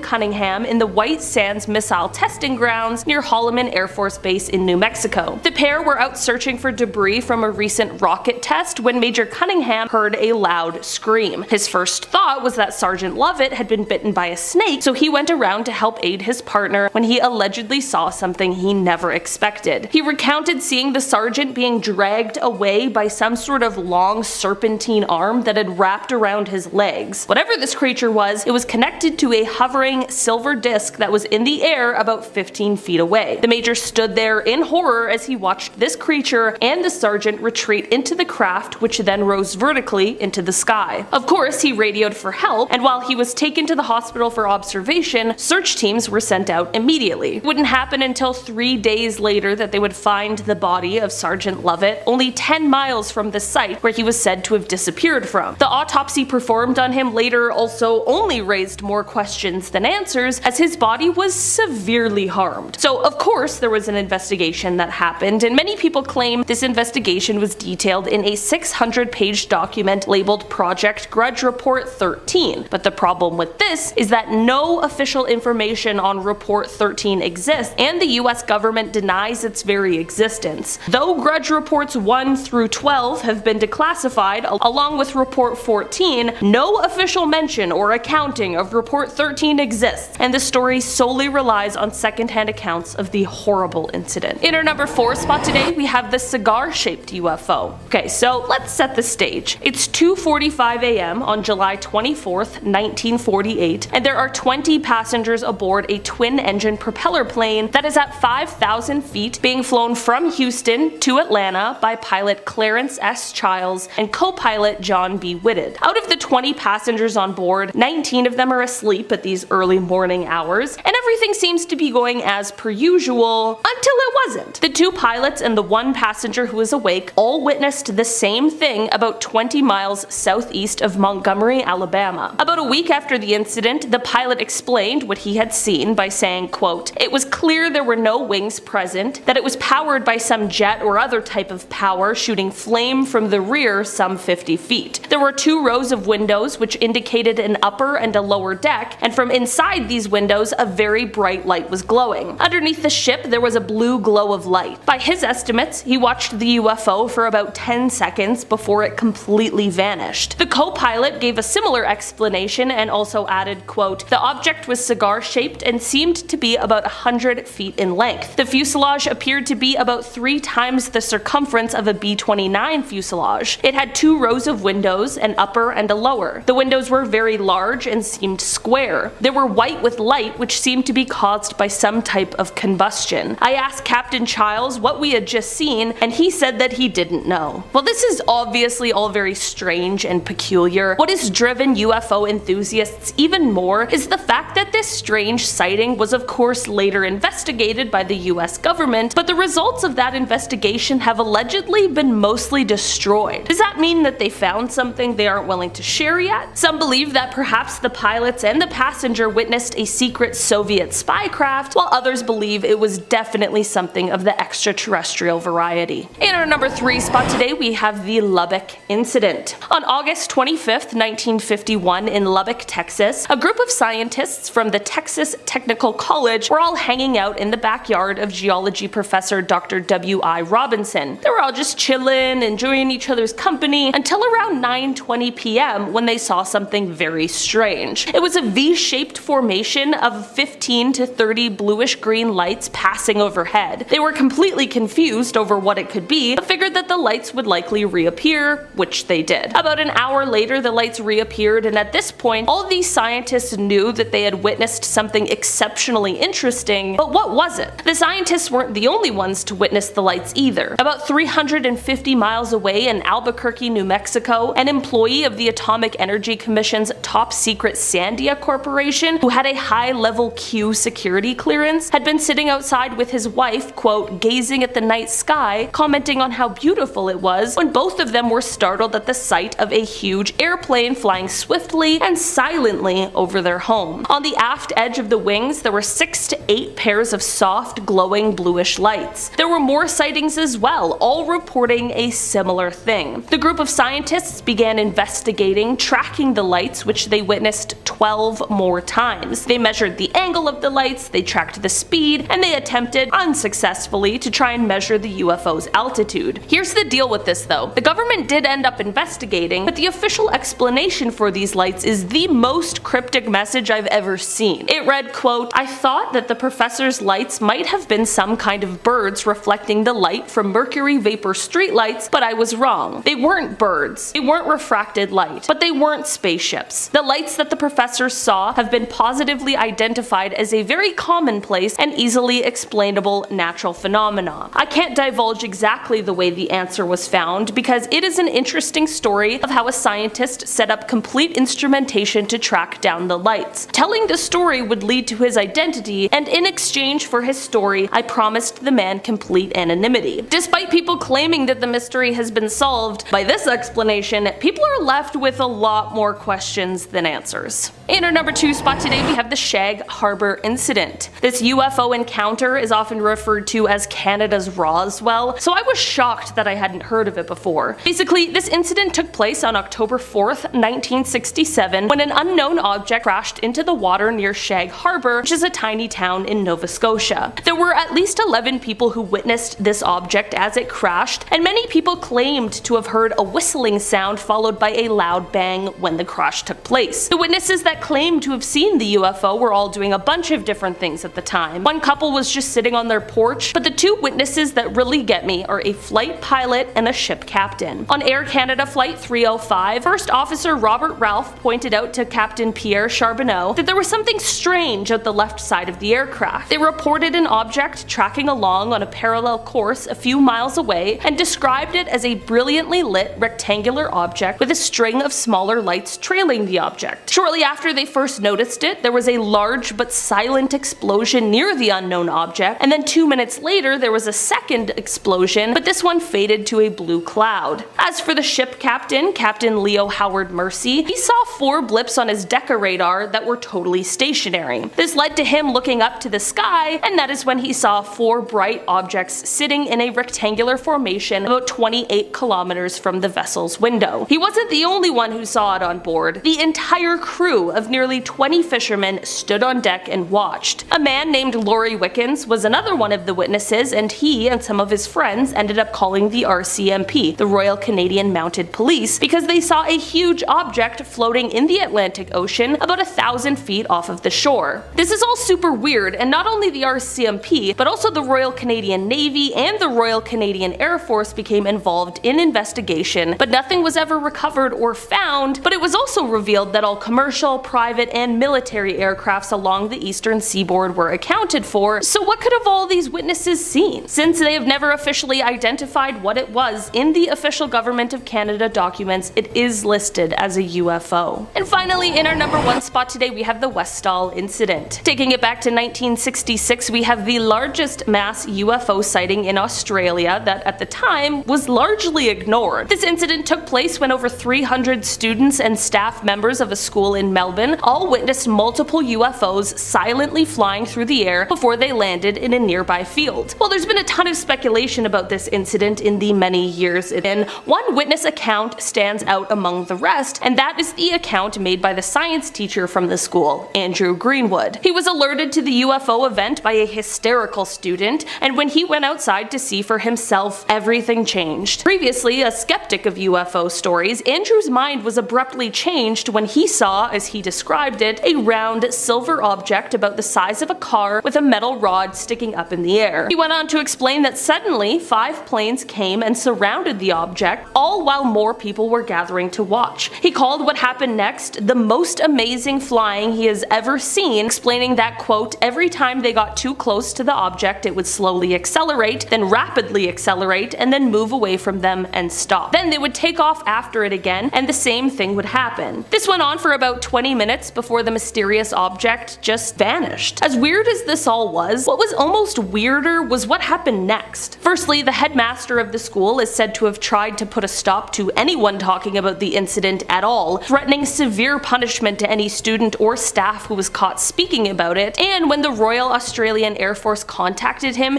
he refused to talk to them at all about it. There have also been stories of witnesses getting visits from people warning them not to speak of the incident. Andrew explained, quote, when he asked the physical education teacher to describe what she had seen herself so that he could compare it with his own observation, she just wouldn't say anything. Another witness who did talk to Andrew and described what she had seen in great detail, just 30 minutes later refused to speak to him and wouldn't say a word. Was this because of the threats from the headmaster, or was something else going on here? This is definitely one strange UFO story that leaves behind a lot of questions.